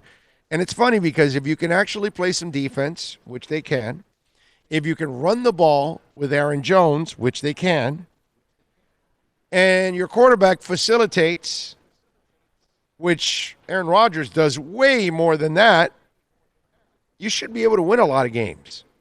And yet I'm picking against them only because I think that San Francisco defense is special, man. They know how to get after the passer, and that's the thing that if that offense, I don't believe Green Bay's line is great, their offensive line. And that's what you need in order to keep that San Francisco defensive line in check. I think you need a monstrous line that's got a few all-pros in it. And that's where I got to say, I don't think Green Bay's got that kind of line. I got no problem laying the 7.5 in this game. I think San Fran wins this game by 10 points. I really do. Over and under at 45, it's kind of tough. They did a nice job of kind of putting it right in the middle where you can make a case for either one. I mean, you think if the defense goes out there and shuts them down, then you should have a shot at the under. But if Aaron Rodgers lights you up a little bit, then, you're going to go over 45 because San Fran's going to be able to score on them too. Tennessee at Kansas City. Yes, I'm shocked that they're here, but they have a terrific formula in controlling the running game, controlling the clock, giving the opponent fewer possessions. It's been masterful the way Mike Vrabel has coached that team, and he's put Ryan in a position where he never has to really win the game. He just has to kind of complement the team, and especially complement Derrick Henry, and he's done it. And to Ryan's credit, I will give Tannehill the credit. He has definitely been a terrific game manager. Now, do I think he's the difference maker? No, I don't. And I think that you will fall on your face the second you put him in that position. And I think that that's what's going to happen. If Tennessee wins this game, it's because Tannehill did more than just facilitating game manage. If they win, it's because Tannehill balled out. Because if they won, then you did a job, obviously, on their offense. But it's not like this is an offense that you're going to shut down. They're going to have to score some points. So that means Ryan had to match it. And how many of us think that Ryan can hang with Pat Mahomes? Come on. That's just not right to even think that. I can't see him hanging with him, but these are the kind of moments that you can prove people like me wrong. Now, if you're going to throw the ball, 15 times, connect 7 times for 70 yards or 80 yards, and you only had to connect on a couple throws, it's hard to be convinced that way. But if you do have to elevate and you do have to outscore somebody, that'll be a hell of an accomplishment for him.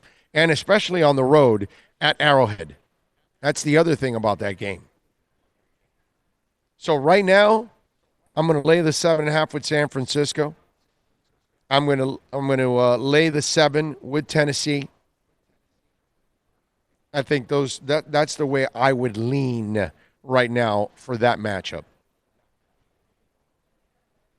786-322-1105. If you want to get in on the program, that's 786-322-1105. If you want to get in on the show, the other way to reach out to us is on Twitter, of course, and that is at Big O Show.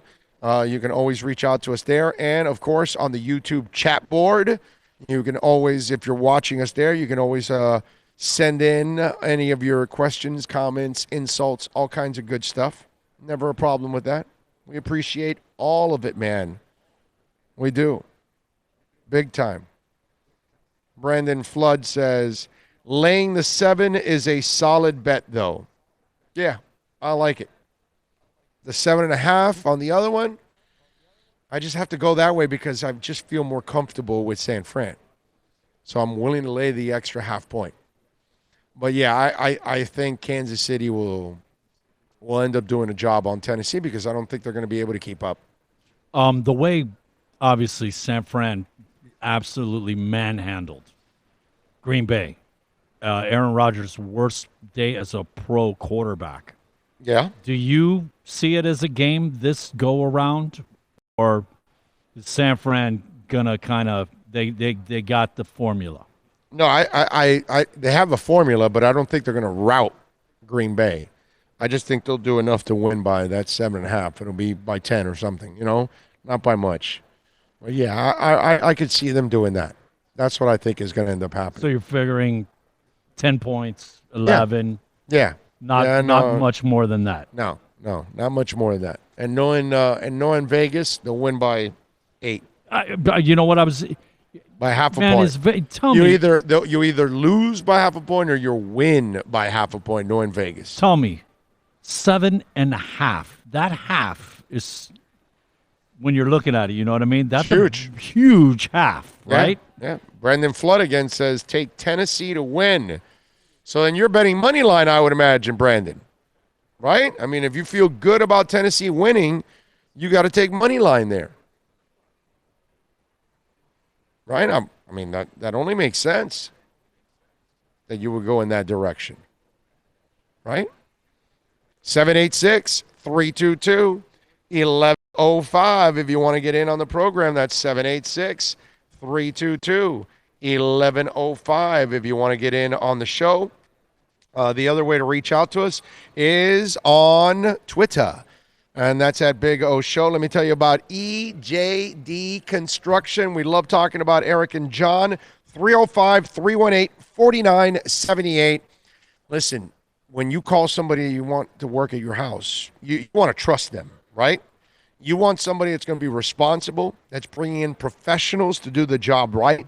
And I'm not talking about a handyman. I'm talking about custom home construction, major home remodeling, okay? And the communication is second to none with the owner and the architect to make sure what you have in mind, okay, comes to fruition.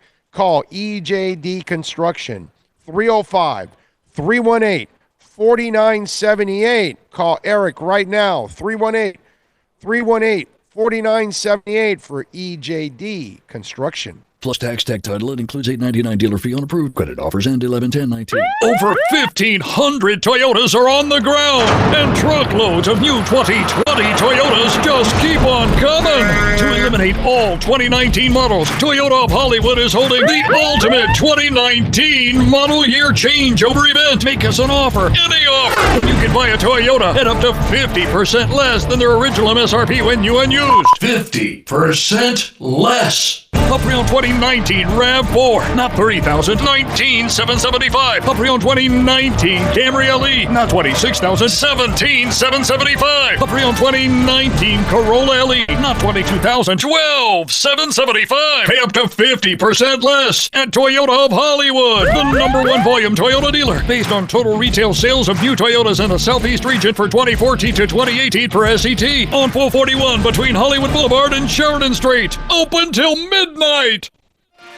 Thinking about buying or refinancing a home? Act now. Home values are ticking up. Don't put off making a move any longer. Call Michael Kodsey now at Choice Mortgage Bank, 561-441-2730, while mortgage interest rates are still at historical lows. Call now to get pre-approved and buy your dream home. If you're currently paying over $800 a month for rent, call 561-441-2730 now before interest rates go up. Down payments as low as 3.5%. Veterans may qualify for no money down. If you own a home, but you're upside down, Michael Kodsey can help. If you're being denied by your bank or your loan process is taking too long, call 561-441-2730. Act now while fixed rates are still under 3.5%. Offices in Boca and Boynton Beach. Rates and terms subject to change daily without notice. Equal housing lender. NMLS 122081.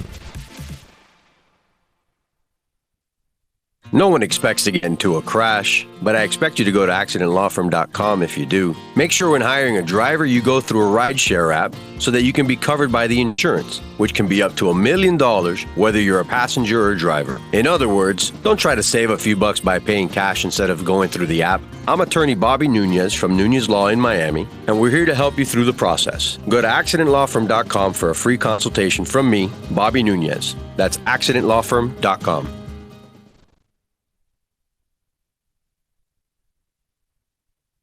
America's safest and best-selling compact luxury SUV is at Acura of Pembroke Pines, and this is how we do it. RDX, $339 a month at Acura of Pembroke Pines, the #1 volume Acura dealer.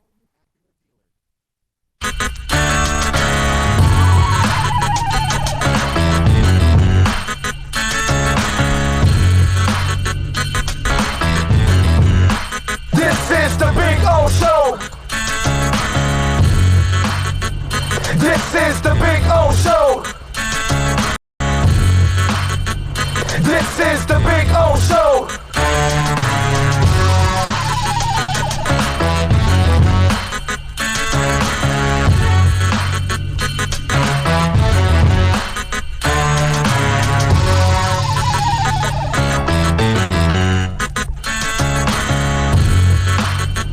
This is the Big O Show.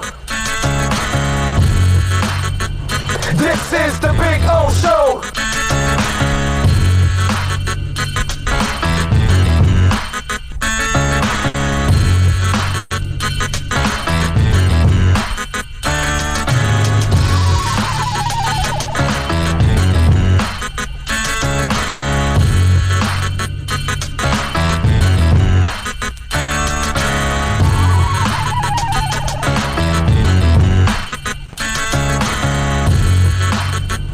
This is the Big O Show.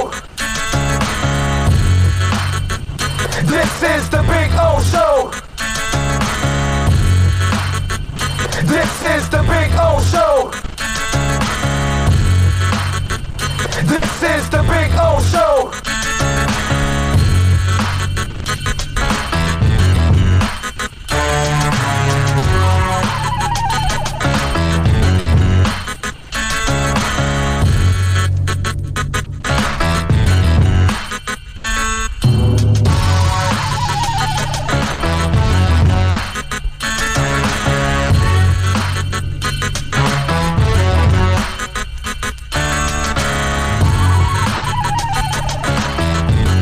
Welcome back.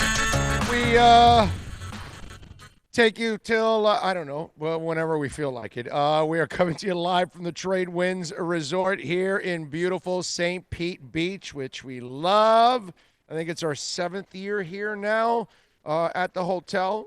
21st overall covering the East-West Shrine game.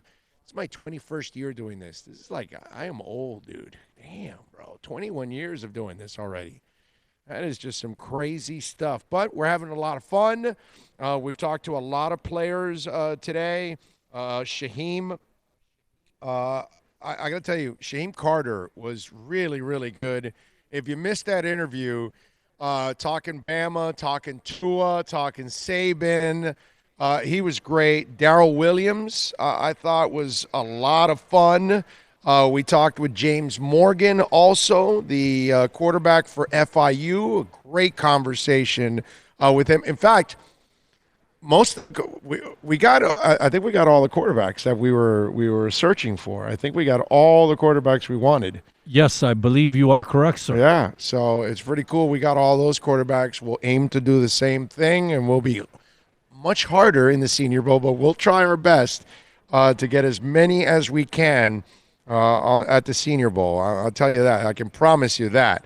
So that'll be a lot of fun. But we were able to talk to, and all of those interviews, they're all podcasted. Okay, so remember, subscribe to our podcast. Spotify, Stitcher, iTunes, Google Play, SoundCloud, Big O Radio Show. And, of course, follow us on YouTube also, Big O Radio Show. Many different ways for you to follow us here on the program. What else do we have going on? I got to say, classy move by all the folks that are contributing to the concert for a little relief for the folks in Australia and all the fires. And I don't know if you guys saw this, but a massive concert that they're actually putting together out there. And where do I have that here?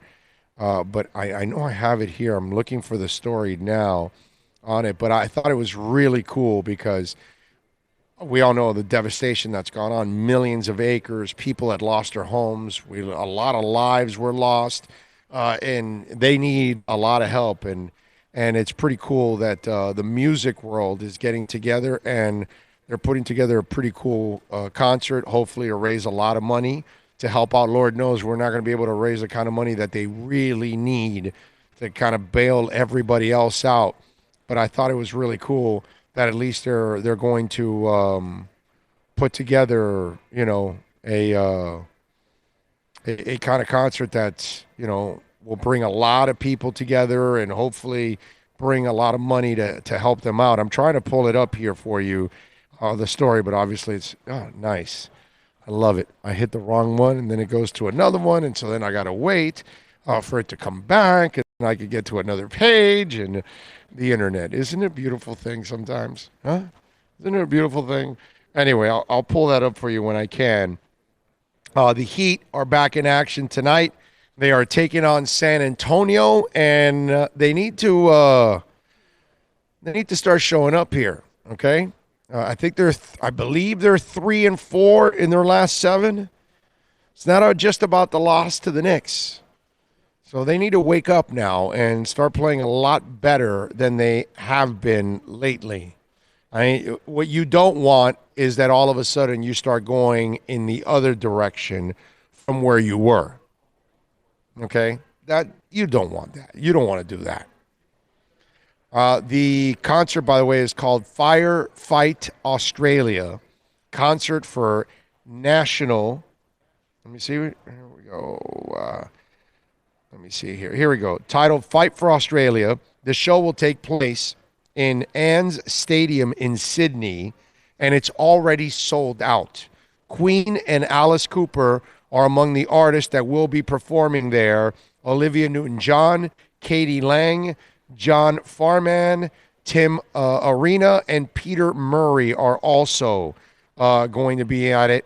It says, with so many lives lost, countless homes destroyed, an estimated 1 billion animals killed. You believe that? 1 billion animals were lost. Around 11 million acres of Australia's pristine bushland razed. And so they are going to have this concert. Let me see, what else do we have here? Amy Shark, Baker Boy, Conrad Sewell, Daryl Braithwaite, Delta Goodream, Grinspoon. There must be a lot of these bands must be Australian that we don't know them. Guy Sebastian, Hilltop Hoods, Icehouse, I know Icehouse, Illy, Jessica Malboy, John Farnham, Katie Lang, Lee Kernaghan, Olivia Newton-John, Peking Duck, Peter Murray, Queen with Adam Lambert, that is, Tina Arena, and William Barton, plus more to be announced. And the fact that it's already like sold out, that's fantastic. Pretty damn good concert, man. But it's also really good that they're doing it for a great cause. That's probably the best part about it. So today in the East-West Shrine game, by the way, I thought James Morgan played well.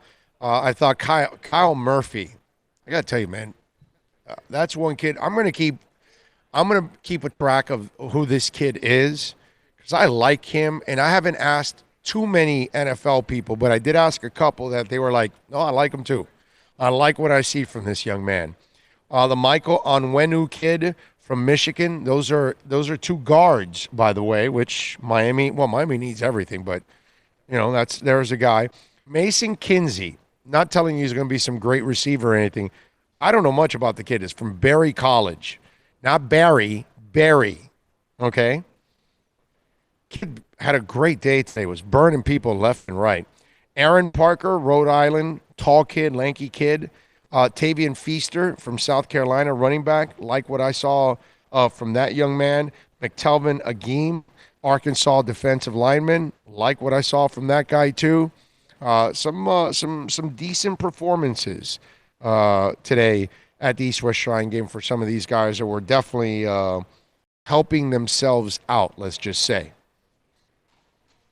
By the way, did you hear that Steely Dan and Steve Winwood are going to tour? That's a pretty good concert. Yeah, actually it is. I'm just really glad that we got to see them before Walter Beckett passed. Yes. Yeah. And that concert and he's made up for the one that we saw previous, if you remember, when they went off and did that jazzy whatever rendition. Fagan's lost a little bit of his fastball now. It was just since that concert he's that lost we a saw. Little, he's lost a little because I saw him again twice since that, at least I think twice. Yeah, and I can tell you he's. It's not. No, because that night, what'd they do? Like Steve Winwood is one you definitely want to see, but that's probably why I'll go, is more for Winwood. Steve Winwood, you know what? I haven't seen him. You've never seen Steve Winwood? No, and supposedly, he was 14 years old when he wrote his first #1 hit. 14. That's crazy. Well, Dan and Winwood will unite for a North American summer tour that kicks off January 2nd in Portland, Oregon, wraps up the 11th in Bethel, New York. And guess what? We're left out. That's right. How did I know? Yep. The closest. So where do we got to go? Is Atlanta. Cadence Bank Amphitheater at Chastain Park, which I believe that's where I saw Echo and the Bunnymen and Violent Femmes. They're not even hitting the state of Florida. By the way, that was a hell of a concert. Oh, yeah. Violent Femmes and Echo and the Bunnymen. Yeah. But yes, I think that's where I saw them. It's an older park. It's an older amphitheater. It's really cool, but it's kind of an old style amphitheater. And that'll be June 19th if you want to go to that one. Let me ask you the way the dates. Although you could kill two birds with one stone, as they say, we could go to L.A. and see him at the Hollywood Bowl. That way you get a concert at the Hollywood Bowl, and you get to see Steve Winwood at the Hollywood Bowl. That is one place that I think you said you haven't been either. No, I have not seen a concert yet at the Hollywood Bowl. I need to see one. That's definitely one. Now, or you could, where the concert wraps up in New York, you could see him at PNC Bank Arts Center in Jersey on the 10th, which, by the way, I saw Stone Sour and Slipknot at that place. At the PNC Stone Bank. Sour. It's funny how now I can Is start. it that I'm looking at you through the glass? Yeah. Don't know how much time has passed. Stone Sour? Yeah. Yes. Awesome song. Yeah. What's it called? Now I can tell you about places around the country that I've been to, because I've been to that place there in Jersey. Now, that's crazy, in Bethel, New York, I have not been to the Bethel Woods Center for the Arts. Okay, that one I haven't been to. I don't even know where Bethel, New York is in relation to Holdham, New Jersey. I don't know how far one is from the other. I was born there. I have no clue. Far as you were born where, in Holdham? No, man. I was born in Jersey. You know that. Lakewood. Well, Homedale is in Jersey. Yeah, but I don't know. I was there for all of 3 months of my life, and in Miami since. I get it. But you know what? Steve Calabro, he is from that area, and my dad, of course, going to run. He knows all that area. He knows the hospital I was born in and all that crap. Oh, okay. But I was there all 3 months of my life. You can Google Homedale, New Jersey to Bethel, New York, and it'll give you the distance. Right, exactly.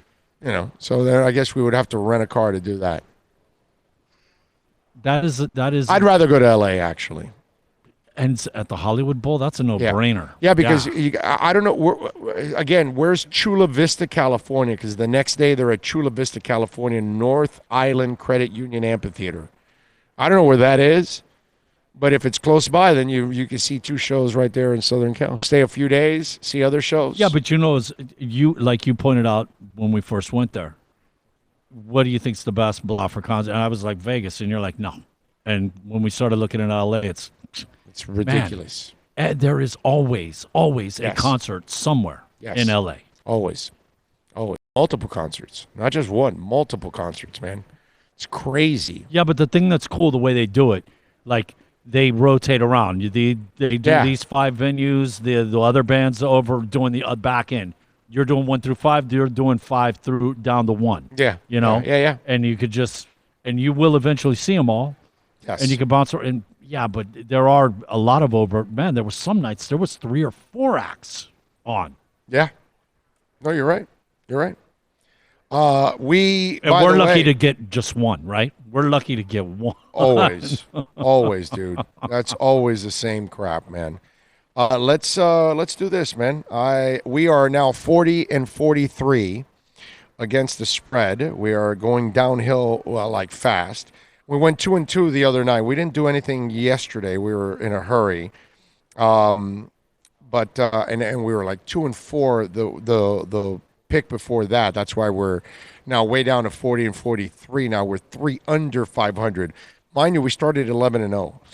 So you do the math. It's been kind of downhill for a while now. Let's go through some of the games in the NBA slate for tonight. Let's give you our picks. Okay, first of all, Brooklyn is at Philadelphia. Philadelphia is favored by 7 in this game. And the problem is the jersey is Brooklyn, shall I say, is so inconsistent. And in this game, Philadelphia, too, I got to tell you, that Brooklyn can give them enough of a game that can make it interesting inside 7. But you know what? I'm going to go with Philly here. I'm going to ride the Sixers, and I'm going to go -7 here in this one. Detroit is at Boston. Right now, the line is 9 points. Boston is favored. The over and under is 218. Detroit has actually scored some points lately. I'm going to go with the over 218 here. I expect a lot of points in by both teams here, and I think they will end up going over 218. Miami is favored by 5.5 over the San Antonio Spurs, and the over and under is 222. Miami is 3-4 in their last 7 games. Are they going to come in fired up and beat this team by 6? You know, I don't even think you go there. They're 17-1 at home. Yes. The only team that beat them was the Lakers, and the league has even pointed out that there was 2 controversial plays. Yes, well, especially the didn't double lose. dribble on Rondo, which was a 1-point game. The foul on LeBron, Or the 3-point it was a shot. 3-point game. I'm sorry, which they could have tied it. Yeah, easy in that one. So yes. So I would say that's the thing right there. The Heat really haven't lost at home all year. I don't think they're going to lose tonight. Okay. Covering the 5. Okay. All right. They gotta be a little bit pissed off because everybody's been talking about us being 3-4. Right? Well, maybe I don't know if everybody's been talking about 3-4. They've just been talking that they lost to the Knicks, and it was like, no, there's a little bit more deeper than that. Guess what, folks? I'm going to go San Antonio plus 5.5 right now. Taking San Antonio. Yeah. Right now, Miami needs to prove to me that they're back on track again at home. You're 3-4 in your last 7. You're not You're losing games. So if they win, maybe they win a close one here against San Antonio. Indiana is favored by 2.5 over Minnesota. The over and under is 218.5. I am going to go with Indiana on the road. I'm going to lay the 2.5. Toronto and Oklahoma City. Right now it is actually Oklahoma City favored by 1.5. The over and under in this one is 213.5. I am going to go OKC minus 1.5. This one I like OKC at home. They're playing really good basketball overall. I think they'll give Toronto a lot of fits, and it's a road game too. All right, Chicago and Washington. Chicago is favored by 4.5. The over and under is 230.5, man. 230.5. That is a lot of points, my friends. I know Washington can score some points. You know what? I'm going to go on the under here. Wait a minute. You're going to do an under? Yeah, I'm doing it. It's You rarely do that. It's 230.5, man. Okay. I got to figure some bad shooting going on here. I'm just pointing out a you're out little of bit your of defense. We're asking each team for 115, which could happen because Washington can score. Yeah, they can. So it's not like we saw that firsthand when they beat us, right? Yes. All right, so Denver is favored by 11 over Charlotte. It's a lot of points. The over and under is 208, and Charlotte is just terrible. I cannot trust either one. I would love to go over, but I don't trust Charlotte in this part. Charlotte could end up with 82 points in this game. So it's like I just can't. I can't trust them. Portland and Houston. I got to move on to the next one. Houston is favored by 8.5. The over and under in this one is 236. It's a lot of points, man. I do expect them to score a lot of points. I can't mess with this. Houston favored by 8.5. Again, that's a lot of points to give at home, but Portland is a bad team. I'm just going to stay away from this one overall. Dallas favored by 4.5. The over and under is 226 here in this one. I love Dallas. I think they're going to be able to win this game easy. I think they win by 10.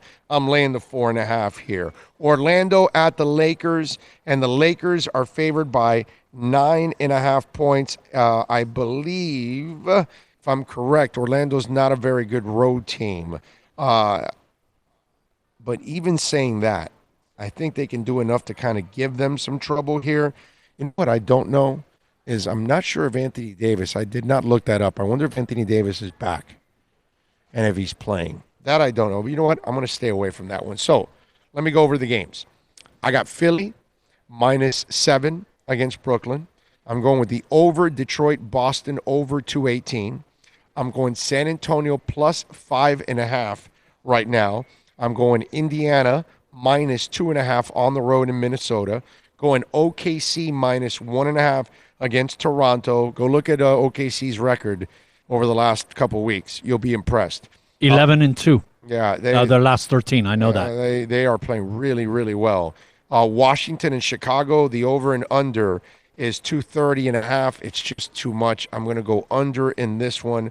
The Dallas Mavericks are favored by 4.5 over the Sacramento Kings on the road. I'm going to take the Mavs -4.5 on the road. So there you go. Those are my 7 picks today in the NBA slate. Let me correct myself because we have not really paid attention to anything other than college football, East-West Shrine, draft.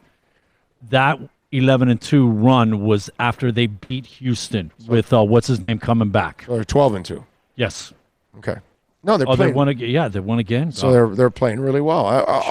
I know because I follow it, and they've been playing really well. Like you're surprised.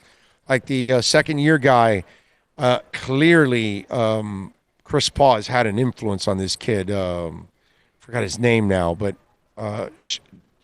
is it Gildas Alexander or whatever? I think is the kid's name. He's playing really, really well, man. It's like he's matured a lot. It's really impressive what they've been able to do. Got to admit. All right, it is time to wrap it up here on the show. We thank all the folks out there for tuning in. As always, we thank all the great people out here. Jessica, all the amazing people that made it nice and easy, from Captain Tim, Wendy.